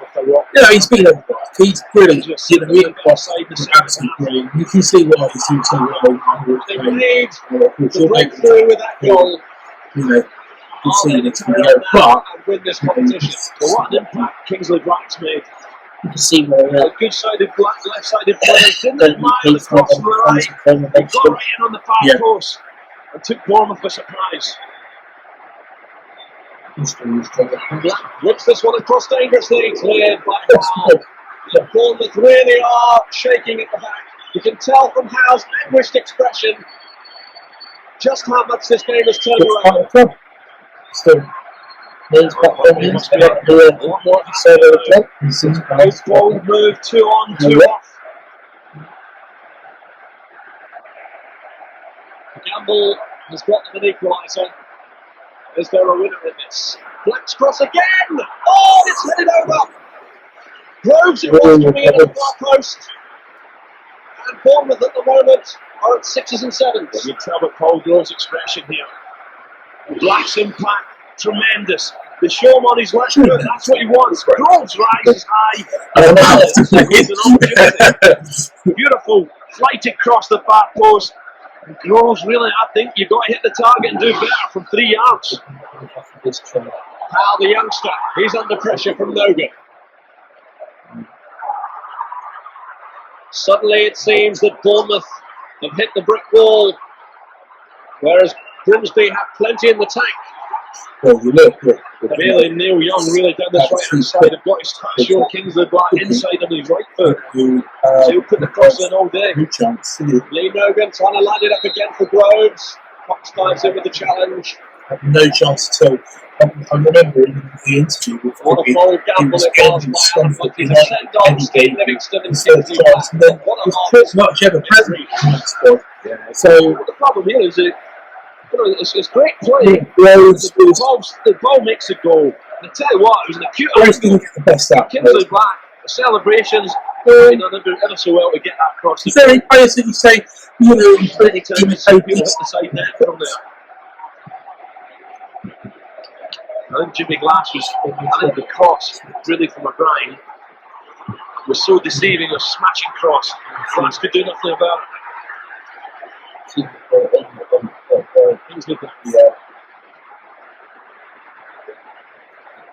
Just on the attack again. Here's Groves. McDermott. Bournemouth have got to dig deep there though. Grimsby out flying. Cox has missed it. Livingston tries his luck. He's unlucky. I just wonder if he knew Glass was off his line there. Livingston spun. Didn't even need to take a look. Just feeling for where the goalkeeper was. If that was a little bit wasn't hard enough, that could have looked easily lobbed over Jimmy Glass's head. Just spun quickly, look, and let fly. Almost taking the keeper by surprise. This game at the moment really seems to have turned on its head.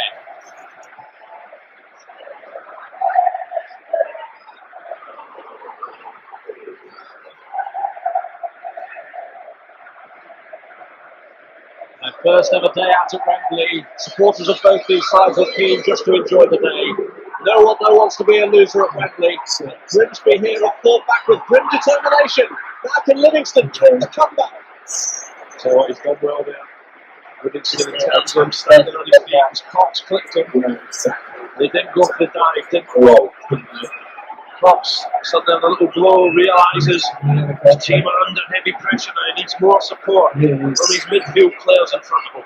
Back on the live edge, and the supporters here really enjoying their day. 62,500 fans here almost. It's the third best attendance for this final, beaten only by the Wolves-Burnley match and the Birmingham-Carlisle game. It's a great tribute to the people of Grimsby and of Bournemouth. Proves that today you think, you know, is the day to be a tourist in the crowds of the Cleveland or Bournemouth. How many what's the attendance for the late Warren game? 1,707? Bailey on the charge again. Robinson in the middle. So too is Steve. He's unlucky there, really. Great run. Just proves. Just the final ball. I mean, even most important part of this still representing this thing, trying to dampen it. Will Mitchell is looking so I don't agree with that. I really don't. Yeah, I don't. Up the tempo here. Is he in the match change? Which of the managers has the tactical master plan? Alan Buckley, 47 tomorrow. Hoping to celebrate that birthday in style. This is, in my personal opinion, himself celebrated his birthday. Is the other side of this final. He was 53 3 days ago.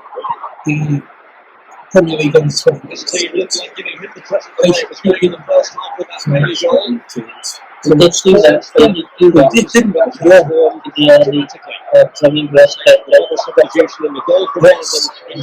2001 season. Logan here, looking for room to manoeuvre. McDermott assesses the options. Groves is in the middle, so too is Black. Bailey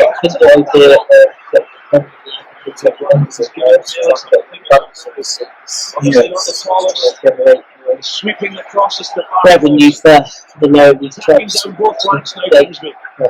I don't think it's really worked, though, has it? Scored one, but Clayton provided now with the corner away from Andy side to the enemy as far as Donovan. He's looking to Black again.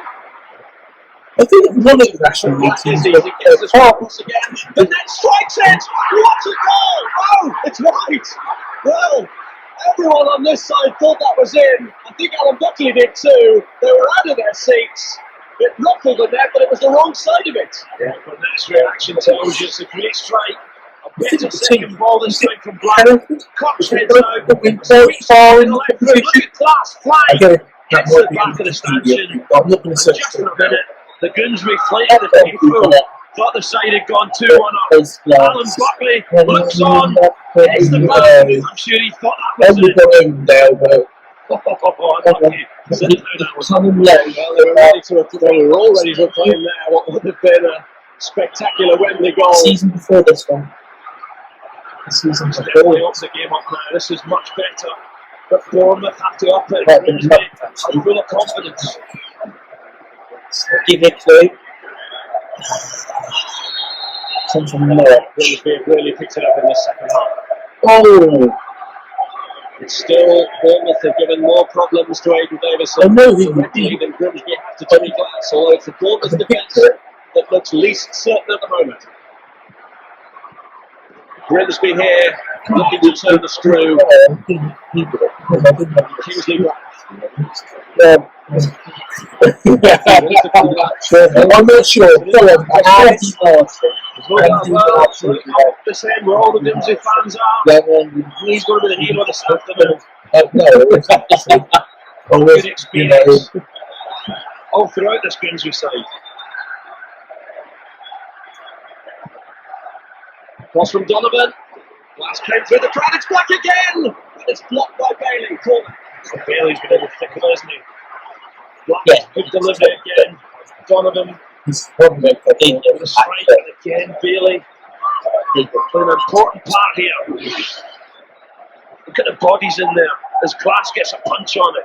Bailey flings himself again, the little fella. What a hero he's been for Bournemouth. Again, half time. Well, full time. 5 minutes to go. Half time, full The last time. thing that Grimsby Full want time. is extra You time. will Donovan's not have corner kick the is break cleared unless by you Fletcher. pause this video. Got an important you game know, from Carlisle on Tuesday, not with and rest time anyway, without another time sapping and cigarette 30 if you minutes. want. If it was then what I'm taking that. Last time cigarette. In this game, having seemingly I seen think their there dreams was dashed by that black there equaliser. was smoking Steen, back at that time in Wembley. Robinson in support. Steen will be I remember. really, that's been on Bournemouth. It's been sporadic attacks, not really at all. You didn't do, but here we are. It's getting better. We're under the cosh, 5 minutes left. Let's change it. Let's give me something to think about. Yes. Brissett ready to come on, and Mal Machin will be hopeful that his substitution will have as much of an effect as the double change made by Alan Buckley has had on Grimsby. Just got to feel this fella here well here, made a great That's he made with the one that's coming off. Steen here, they're looking to ensure he stays. It wouldn't have been wrong with that to hit the back of the net. He's not had many chances, Mark Steen. Can be lively around the box as well here. The body strength gets back in the box. 18 yards out, half chance.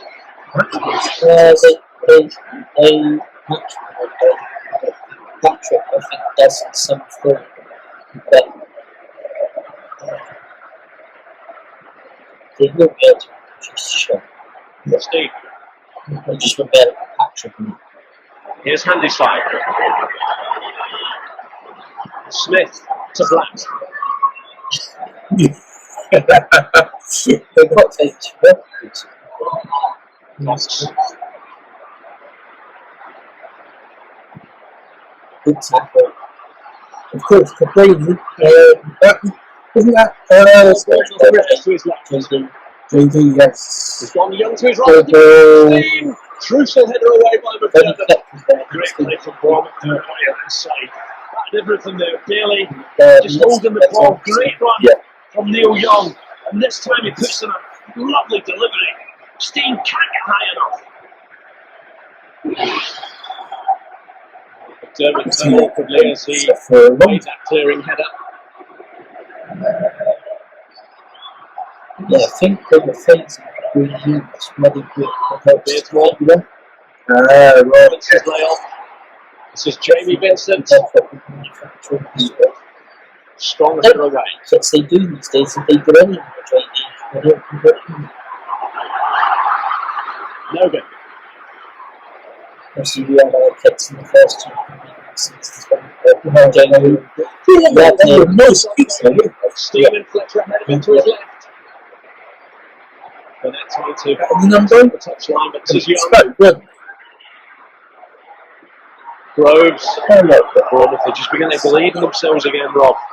Good spell. I'll tell you what, there was something different about it. They lost a bit of They assurance. tailored to each other. If you look at the goalkeeper's shots, for example, they're the same. they are the same, yeah. Will Grimsby's steely resolve lead to a winner in normal time?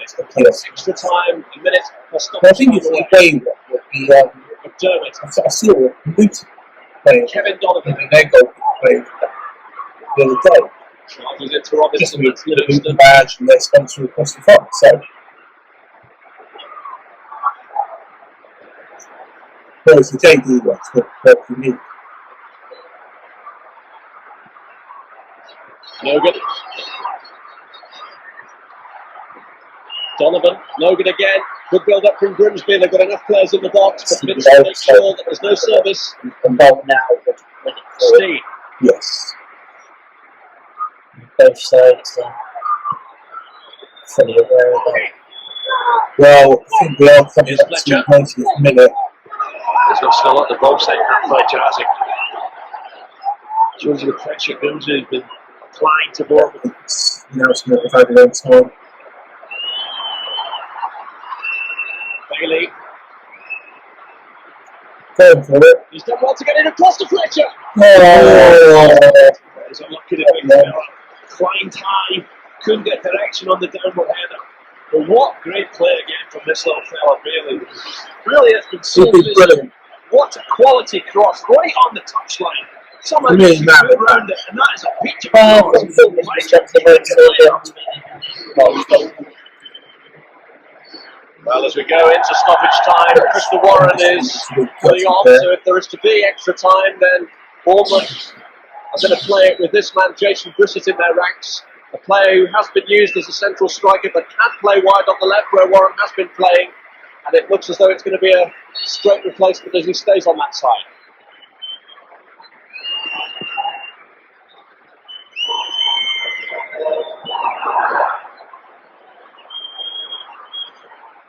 I think that was the multi-minute substitute there, so. Lee Nogan. That's great. Yeah, 90th minute substitution. 90th minute substitution.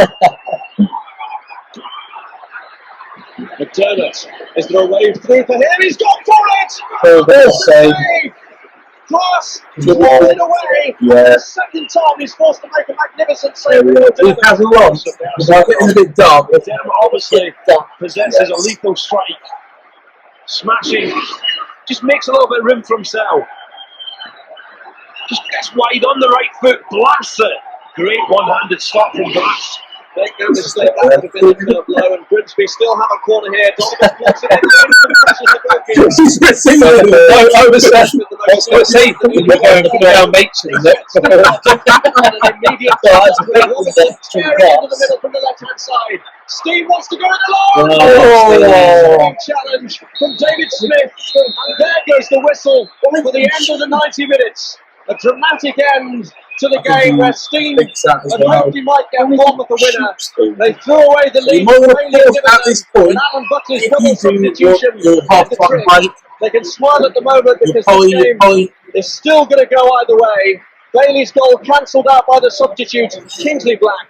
Plenty more drama to come. Make sure you're with us for extra time. It's Grimsby 1, Bournemouth 1. There we are. We're straight into it. And it's win or bust now. It's the golden goal decider. First goal in extra time wins it. And if there's no goal in the 30 minutes of extra time, it'll be penalties. One way or another, there will be a winner here at Wembley today for Grimsby and Bournemouth, who are making their first trip to the stadium and have turned on quite a spectacle, particularly in that frantic last 20 minutes. Here's Smith looking for Livingston. Cox is up there. Black. This is Groves. And it's away from Donovan, but this is really where the managers are caught in something of a dilemma. Do they go cavalier? Do they go for the golden goal? Or do they adopt a more cautious approach? No, I think you've got to go for the goal, Rob. You know, both sides have played their part, have enjoyed it this afternoon. I'm glad Grimsby got back in it, to be honest, because they pressed on most of the second half. Now, golden goal, it's exciting for the fans. I think it doesn't matter, really. You go for it. Pendulum is swung this way in that. Mel Machin grim face now. Alan Buckley was unhappy at the goal that his side conceded to them. Delighted at the way his double substitution transformed the side's fortunes. Bournemouth having used one of their spare pack with Brissett on for extra time instead of Crystal Warren. And Robinson here putting pressure on Smith. Smith, who's slotted in at left back since the withdrawal of Gallimore and the introduction of Black in the left midfield role. Young, from him. This is Beardsmore.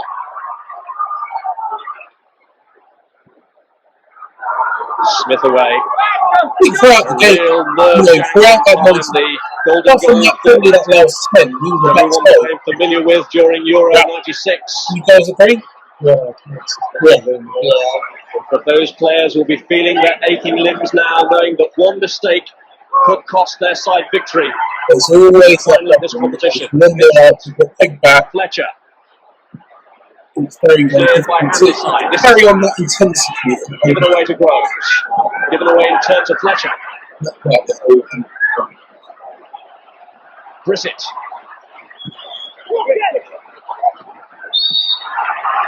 And the challenge by Donovan is penalised, and the role of the referee, Mick Pearce, crucial in extra time. He flourished 1 or 2 yellow cards in the second half of normal time, and he's just issuing a cool-it warning now to the players. Interesting what Tommy Whittington was saying at the end of the game there, Robert, but I just hope Grimsby don't tire because they have played an awful lot of games this season. And Bournemouth have made the better start. It's Bailey who's whipped this one in. Cleared as far as Donovan. Nogan was up on his own. Nogan is already feeling the strains of trap towards the end of the 90 minutes. Just how crucial will that be? Young trying to put Grimsby back under pressure.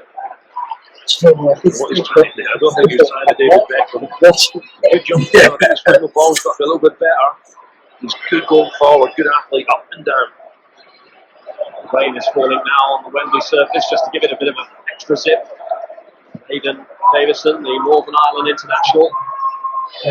Last appearance, actually, he conceded 3 goals to Germany, all scored by Oliver Bierhardt, who got the golden goal winner in the Euro 96 final. Davison, of course, today will be trying to impress, watching Lauren McMenemy, who's the chief guest.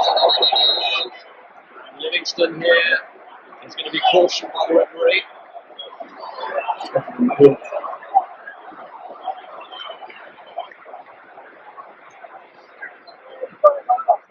It's the 4th Grimsby booking of the match. Livingston following Smith, McDermott and Vanessa being shown a yellow card. And Grimsby have made their final change because Kevin Jobling has come on to take the place of Lee Nogan, who was clearly suffering towards the end of normal time. Yeah, he worked hard, Lee Nogan. Free kick goes in towards Steen, and Davison gets there. This is Bailey, who gave Bournemouth such a dream start. Beardsmore looking for Robinson. Too long for it. Yeah, it's Interesting, Joblin can make the same sort of impact. good ball through. Yeah. Just a bit too much. Blackmate, crikey, what an impact. Yeah. It's 10 years now since Kevin Jobling joined Grimsby from Leicester. He was relegated to the bottom division with them 3 months after joining, but played over 70 games in their 2 promotion years, and Alan Buckley's first spell in charge.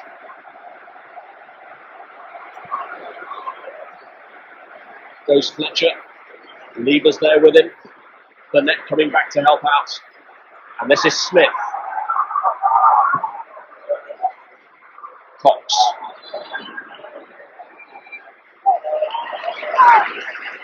It's an extra time that will test the iron nerve of the fans here. They're certainly getting their money's worth on their first visit to this great stadium. I think they deserve it with 62,500 making the effort. Superb. The sponsors must be delighted. We'd be better if we did 5,000 for each club. We're hoping to hold on to some of the extra that Let's be honest.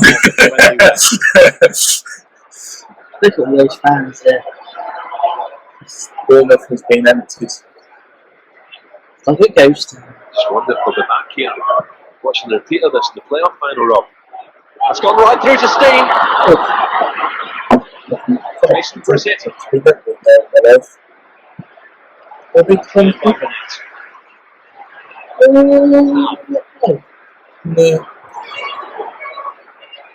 Ian Cox, the Bournemouth captain. Mainly the goal scorer. I really hope one of the sides does get a goal. I don't like penalties in any competition. See, that's good. That's Alan Brazil there. He doesn't like penalties in any competition. Including last year's when Carlisle emerged victorious at Colchester at the expense. Here goes Donovan. I guess after 100 minutes, if you lose after extra time, fair enough. A golden goal. 5 Grimsby's hopes in this game. Ruin the Donovan has now gone into the box. This is David Smith. Dixon's in there, he can't hit the ball. Donovan here looking for the route straight through. It was blocked by Bailey, who took the sting out of it.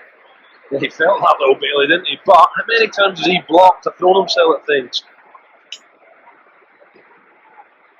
He's worked tirelessly for the cause as John Bailey.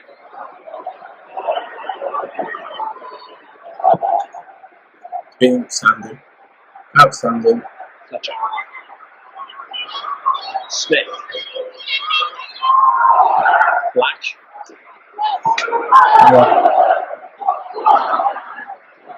Still playing it off Cox for the throw in. Perfectly professional. Groves. Just moving the glass. Matt's just pouring the drinks at the time at the time. By no means a regular scorer. You know. I think it just appeared. So Chuck's going in the Bournemouth bar account, you know. See. Wash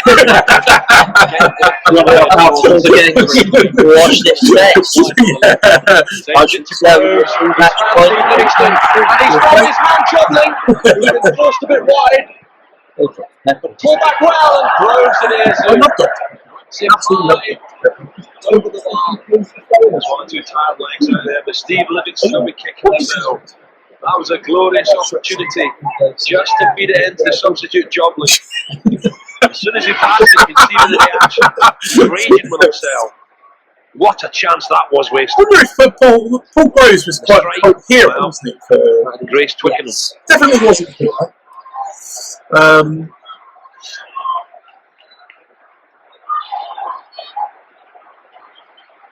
Jobling.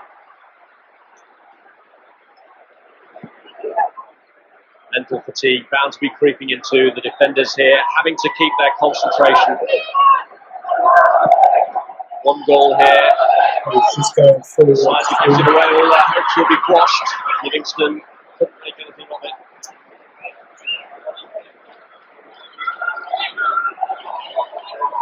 But like you say, when Livingston black come off, you know, he's just changed the game. These sides is to grace their first Wembley visit with a win. Make sure the Smith. didn't start. Yeah. You know, this is master stroke by Alan Buckley, but used him as an impact there to change the game. I guess it's the fatigue side of things, isn't it? You know, Happy side showing calm assurance. those two are a lot fresher than, say, for example, Ian Cox. Yeah. The back, Yeah. He's been playing. But, you know, I don't think you can just Fletcher. make use This fatigue. is Brissett. I think the master stroke in terms of knowing the player's strengths. Yeah, they can only seem to do. Just sit there. Exciting start, but he's used a bit too much of his physical strength there on McDermott for Wembley Pierce's liking. He's obviously got some pace. I think that's fine. I think that's fine. Very, very unlucky not be on the score sheet. Brissett just not getting the McDermott doing his job well. Good spot from the referee. I think that was 50-50, personally.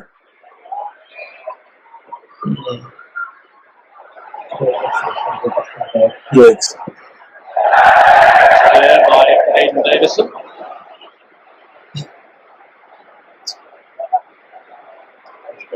That's not what it's thinking of. That's what it's thinking All the others. Others have been through the mains as well, Rob. No, I don't think so. To be honest. Groves. Spotting Black, but so too of Neil Young. Good header away from him. This is Bailey. Now Young again. He's got a driving force for And the attack here. I think they've played excellent. Going forwards. Bailey. Just final deliveries, final ball. Okay. Just let him go. He's got you up on that. Baltimore's done well. A piercing ball through to Fletcher. Robinson, Steve, Brissett all waiting. For it, and Lever got in the way. They're still on the final balls. There's nothing wrong with that final ball. Really needed someone attacking it, someone like Fletcher. Good ball from the youngster.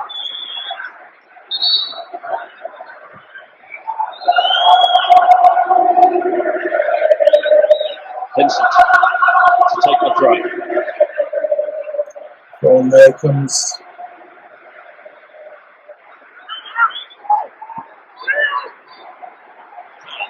He's ready.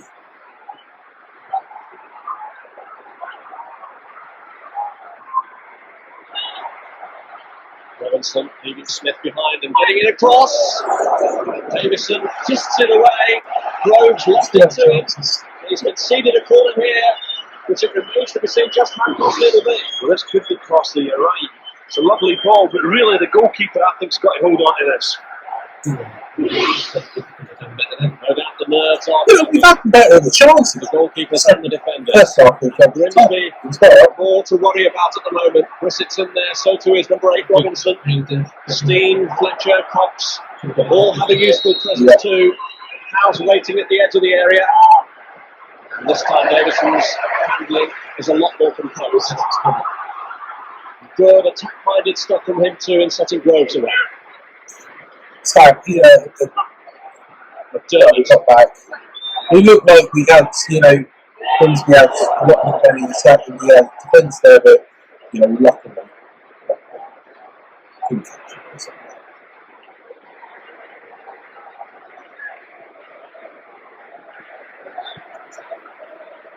We're coming probably to half time. This is Vincent. Predicting.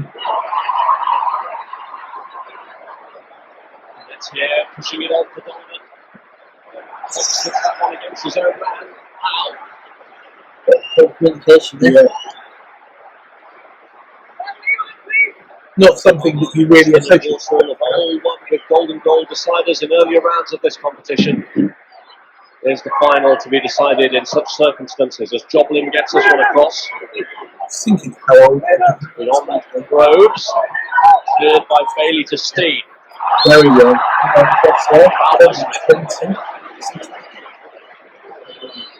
Right. Should we have a look? It's most definitely I need to find the picture. a minute of the first period of extra time to go. 15 more minutes for it to be decided in open play before the dreaded prospect of penalties. The header on was by Fletcher, cleared by McDermott only as far as Brissett. Bournemouth here with the whip hand, but it's blocked by Jobling. I think the pendulum's definitely swinging Bournemouth's way again, Rob. Grimsby, who finished the night strong. Here's Batesmore. They've just been pushed back. No, still not. Young. Bailey, now can he get away from Smith again? Black has been covering too. Young have pulled out wide, he's looking for Fletcher.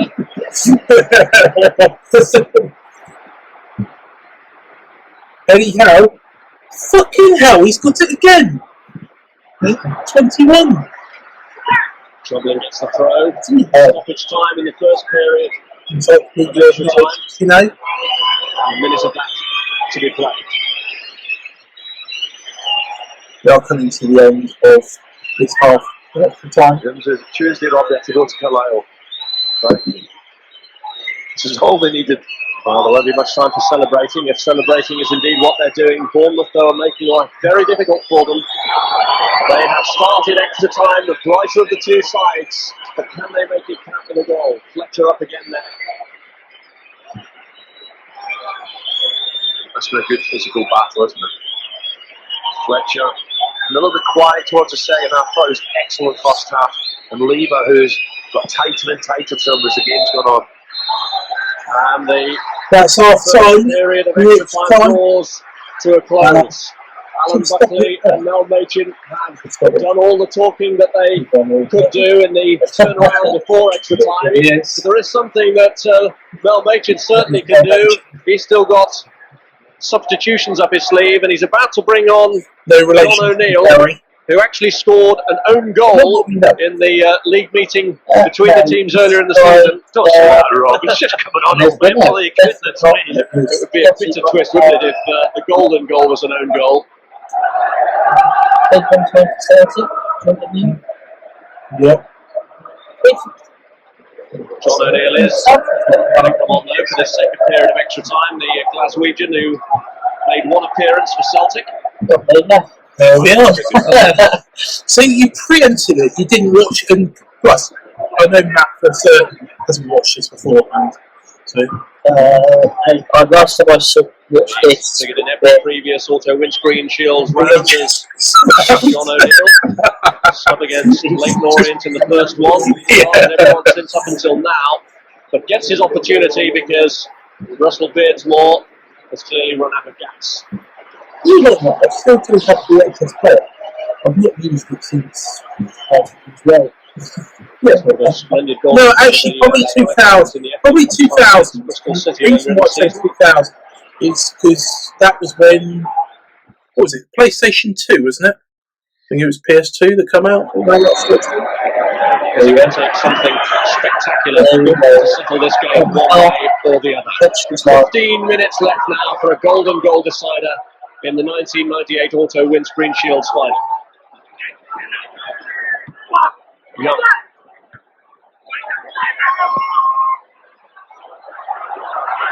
Fletcher.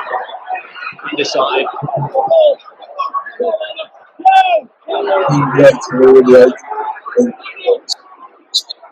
Either of these Wembley Virgins to have their day crowned with a golden goal?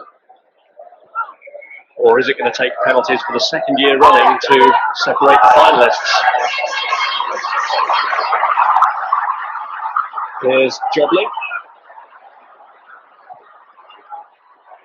Donovan.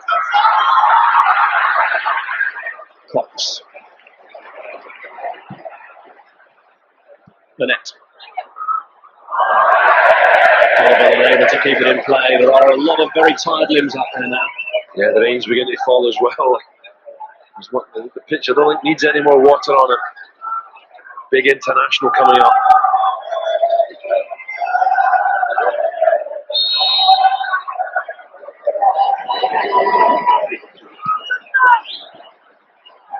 Well, you think back to last year's final and the despairing expressions on the faces of Colchester's Peter Crawley and Carl Duguid when they missed the vital kicks. Or Steve Hayward got the crucial one for Carlisle, and you wonder if it'll be the same scenario again. Could be a golden goal though. Steen here, applying the pressure. And did that go up to the corner? The referee says no. Well, I think it did. I think it did. Once again, Bournemouth looking a threat. Fletch with a flick. Steen drag on. When you're tired, just get it long, I think. Give yourself a breather to someone like Fletcher. Here goes Donovan. Grimsby haven't really shown too much in extra time so far, but they have won a free kick here. They're frustrated at the fact that he's given it away. But this is Kingsley Black territory as well. You can just see a little bender here, Rob. Left foot, top corner. Will they deliver it in? The likes of Livingston. Kingsley Black has already made a glorious impact since coming on as the substitute, getting the goal that started the Grimsby revival. Can he now crown it? It is floated in there, and it's now who gave away the free kick, who gets it away, and Robinson, who then puts himself in front of Black to stop him delivering. I tell you what, Matt is exactly good against him. You know, let's be honest, Darrell Clare, you know, confused personality with them system.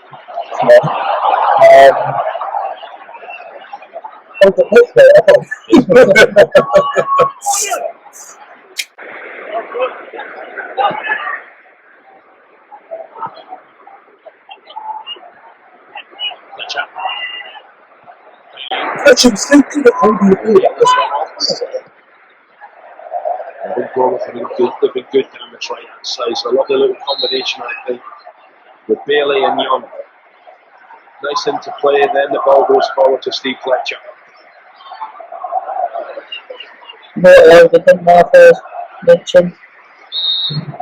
Shots that goal and then let's hope there's the goal. It's on the third, one final push for the goal. It will clinch this final. No, Steve Fletcher's got one. Here, the ball was now just how much are they going to gamble? They're leaving Young back. It's got lunch.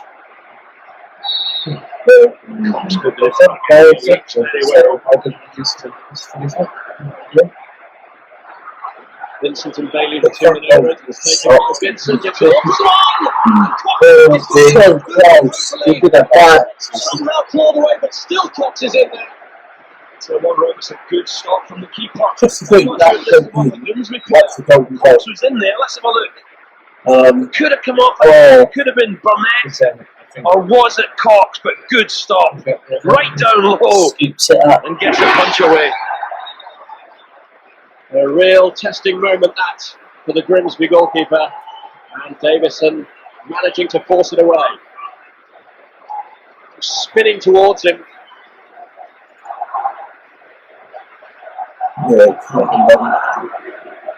Bournemouth have really bubbled in extra time. They seem to have found some sort of second wind to carry them on. Glass here takes the free kick. We're going to keep the pressure up. Fletcher goes for it. It's cleared by Lever.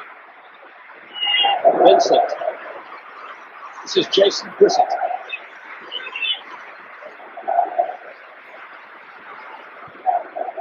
Whereas at one time Grimsby had the assurance at the back, now they're looking unsettled. This one goes in again, it's beyond Bailey.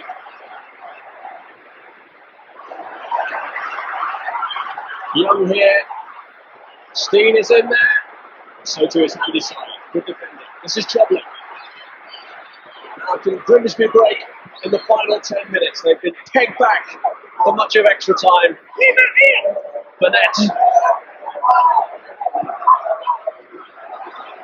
McDermott. Smith.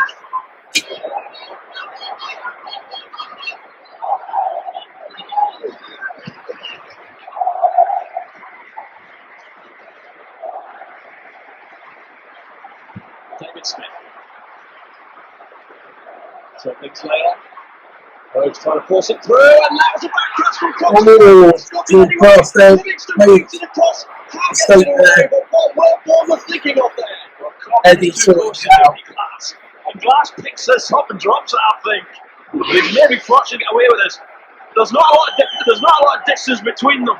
The ball eventually comes to Cox. Watch this. He picks it up and then it clicks down. And eventually Youngster comes to the rescue. A real aberration in the Bournemouth defence. It's cost them a corner. Will it cost them a goal? And it's gone right across the net. It's there. A goal for Wayne Burnett. He's been struggling all week with flu. Nothing for 12-year-old me. Because Grimsby's first visit to Wembley has ended with a golden goal that is genuinely 22 carat. And delight for Grimsby. As you say, Rob, having the flu, shrugged it off. Almost scored earlier with a blockbuster of a left foot. It's just something like really, isn't it? It's just, back in his face.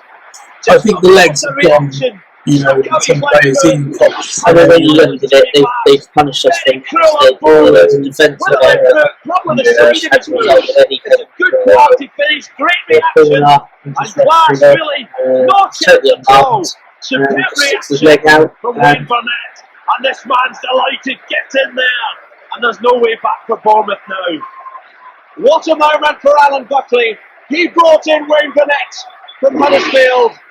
And it's Burnett who's forgotten all about those flu symptoms now. Who's got the goal that has settled When you look back on it, Auto Windscreen Shield you know, I final. think The Bournemouth players were absolutely we're distraught. lucky to They know in the first place that it was a corner they should have never have given away. And Yes. having given it away, that's the Burnett was the poacher but- supreme. you know, this is hard. Tears all around for stage Bournemouth. start with, but when Yeah. you We can't believe the manner evaluate in which they've thrown this match away, having initially taken the lead in the Great third day round. out, Yes. But from the seaside town of Cleethorpes, it's the Grimsby what has happened. supporters Yeah. who are waving their black and white So, scarves with that's pride. why I have fond memories of it. Most of their notable successes At the time, it's covered in the black and white era. and they've Twice they reached the FA Cup semi-finals before the war in 1936 and 1939. That was the closest they'd ever come to reaching Wembley. something like that. But Wayne Burnett ensures Yeah, so smiles now all around Lincolnshire. for Because us, Grimsby have this was become a the big day out. 15 different winners Yeah. of this trophy. After such a Yes, celebrations away to our left-hand side. And what a good night it's going to be, especially for Wayne Burnett. I have to feel sorry for Bournemouth. I thought they played superbly well.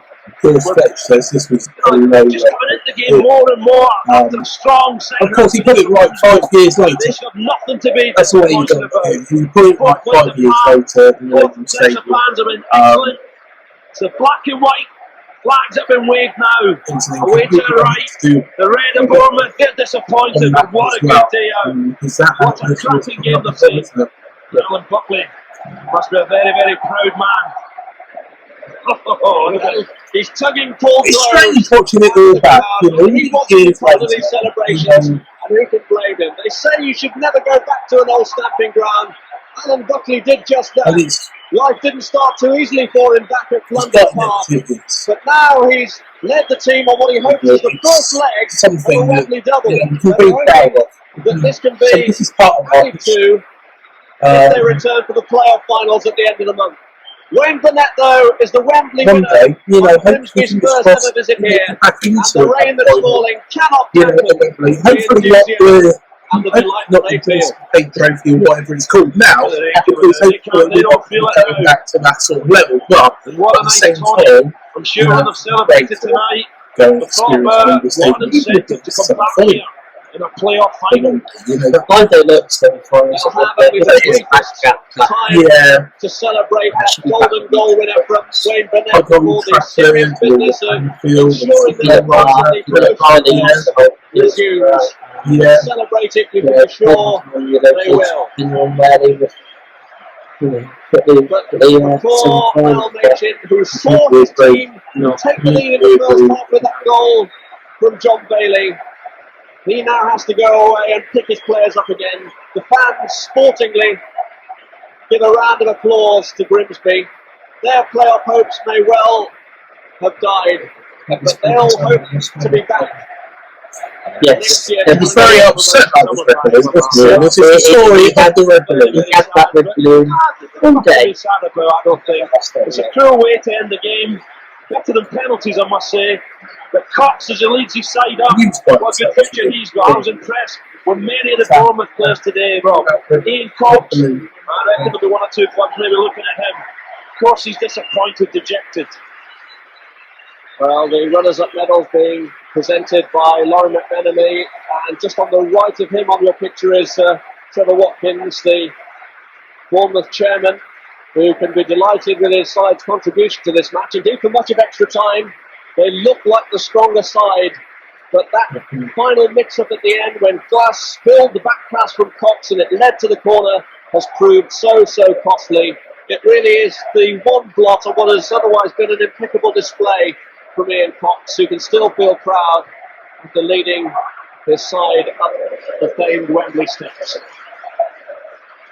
This is the horrible bit. Well, we're to right, the Bournemouth fans silent. Yeah. Just thinking about what may have been. It's the same steps. Stephen was doing at the end. 31st steps. They've enjoyed the little yawn there, tiredness, whereas up the other end, you probably wanted to make occasion is good to get the trophy. Well, this is a walk that Paul Groves, their captain, has made before with Blackpool when they won the playoff final on penalties. I'm sure he'll be as relieved as anyone that this one couldn't go to penalties, but the golden goal was the decider. And the trophy that he's going up for is an impressive monument, the Auto Windscreen Shield. Grimsby adding their name to a list that includes 13 other clubs, including Bournemouth. Winners of the competition. Groves, in his second spell with the club, deservedly taking the acclaim, posing for pictures, taking the scarf as he proudly bears his colours. Congratulations to our former Grimsby manager, Laurie McMenemy, who presents the total.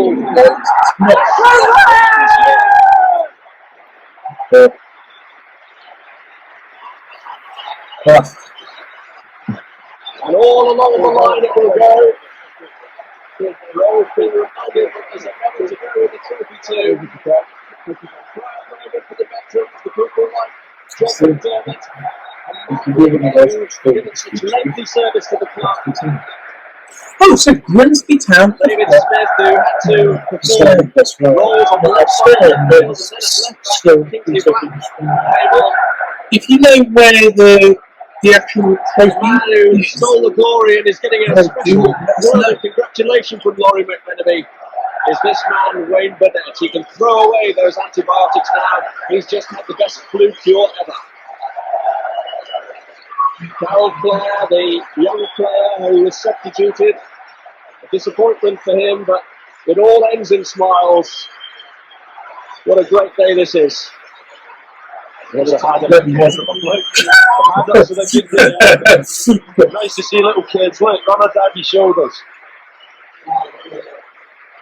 Well, they've trolled in the biggest fish of them all on this Wembley afternoon. So there we are. That was the big day. A momentous occasion considering where the club had been, just months beforehand. I think it was about 18 months beforehand, wasn't it? So where the club had been to that point, and I hope, it's we'd love another Wembley day, another final. Probably not the Auto Windscreen Shield because we don't want to ever go back to that level. But at the same time, it's going to live fond in the memories of Bournemouth fans, isn't it, forevermore? Yeah, it will do. Just like 2003, obviously, the playoff final had a better ending, but just to celebrate the fact that the football club was still alive, exactly, staying alive, as the players were singing at the time on their dodgy record they made. From the fans' perspective, it was a great day out, and looking back on it, it was to celebrate the fact that we still had a football club, and we were still managing to watch them every week. So icing on the cake after a not so good period. Yeah, definitely. Do let us know in the comments below your memories of the big day as well, and add to the ones we've already shown on the screen. We'd love to hear them. Also, if you do want to watch it without our commentary, you can do, and that is on Cherries Extra. So please do go and check out the full footage, and thank you again to the subscriber who has actually provided us that footage. So yeah, much appreciated as well. But I guess there's only one way to end this show, isn't there? And that is with a couple of clips of the footage, but also staying alive. Let's put it this way, it wasn't a number one. It wasn't the number one, but it meant a lot, didn't it? It meant a lot. It was a good try. There we are. Fletch, stick to the pitch. Top of the pops ain't your thing, mate. Yeah, top of the pops isn't your thing, but we're quite pleased with that. But until next show, up the cherries, and we'll see you in the next one. Thank you for joining us.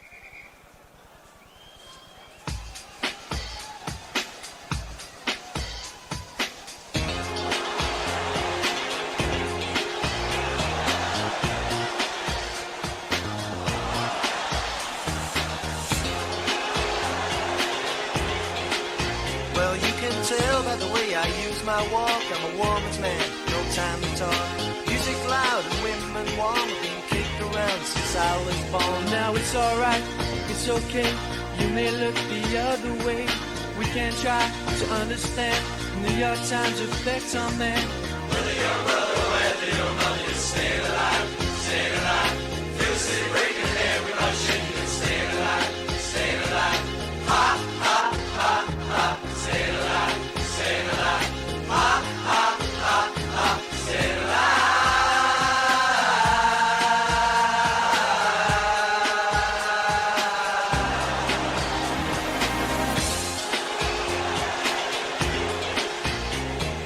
Well, I get low when I get high, and if I can't get even, I really try. I got the wind of heaven on my shoes, I'm a dancing man, and I just can't lose. It's alright, it's okay, I need to see another day. We can try to understand the New York Times effect on man. Whether your brother, whether your mother, you're staying alive, feel the city breaking, everybody shaking, staying alive, ha, ha, ha, ha, staying alive, ha, ha, ha, ha, staying alive.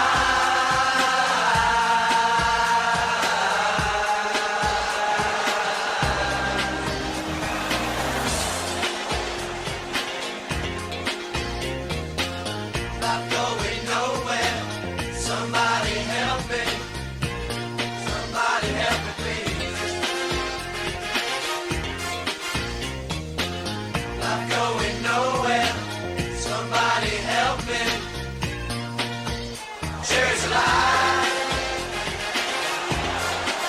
Well, you can tell by the way I use my walk. I'm a woman's man, no time to talk.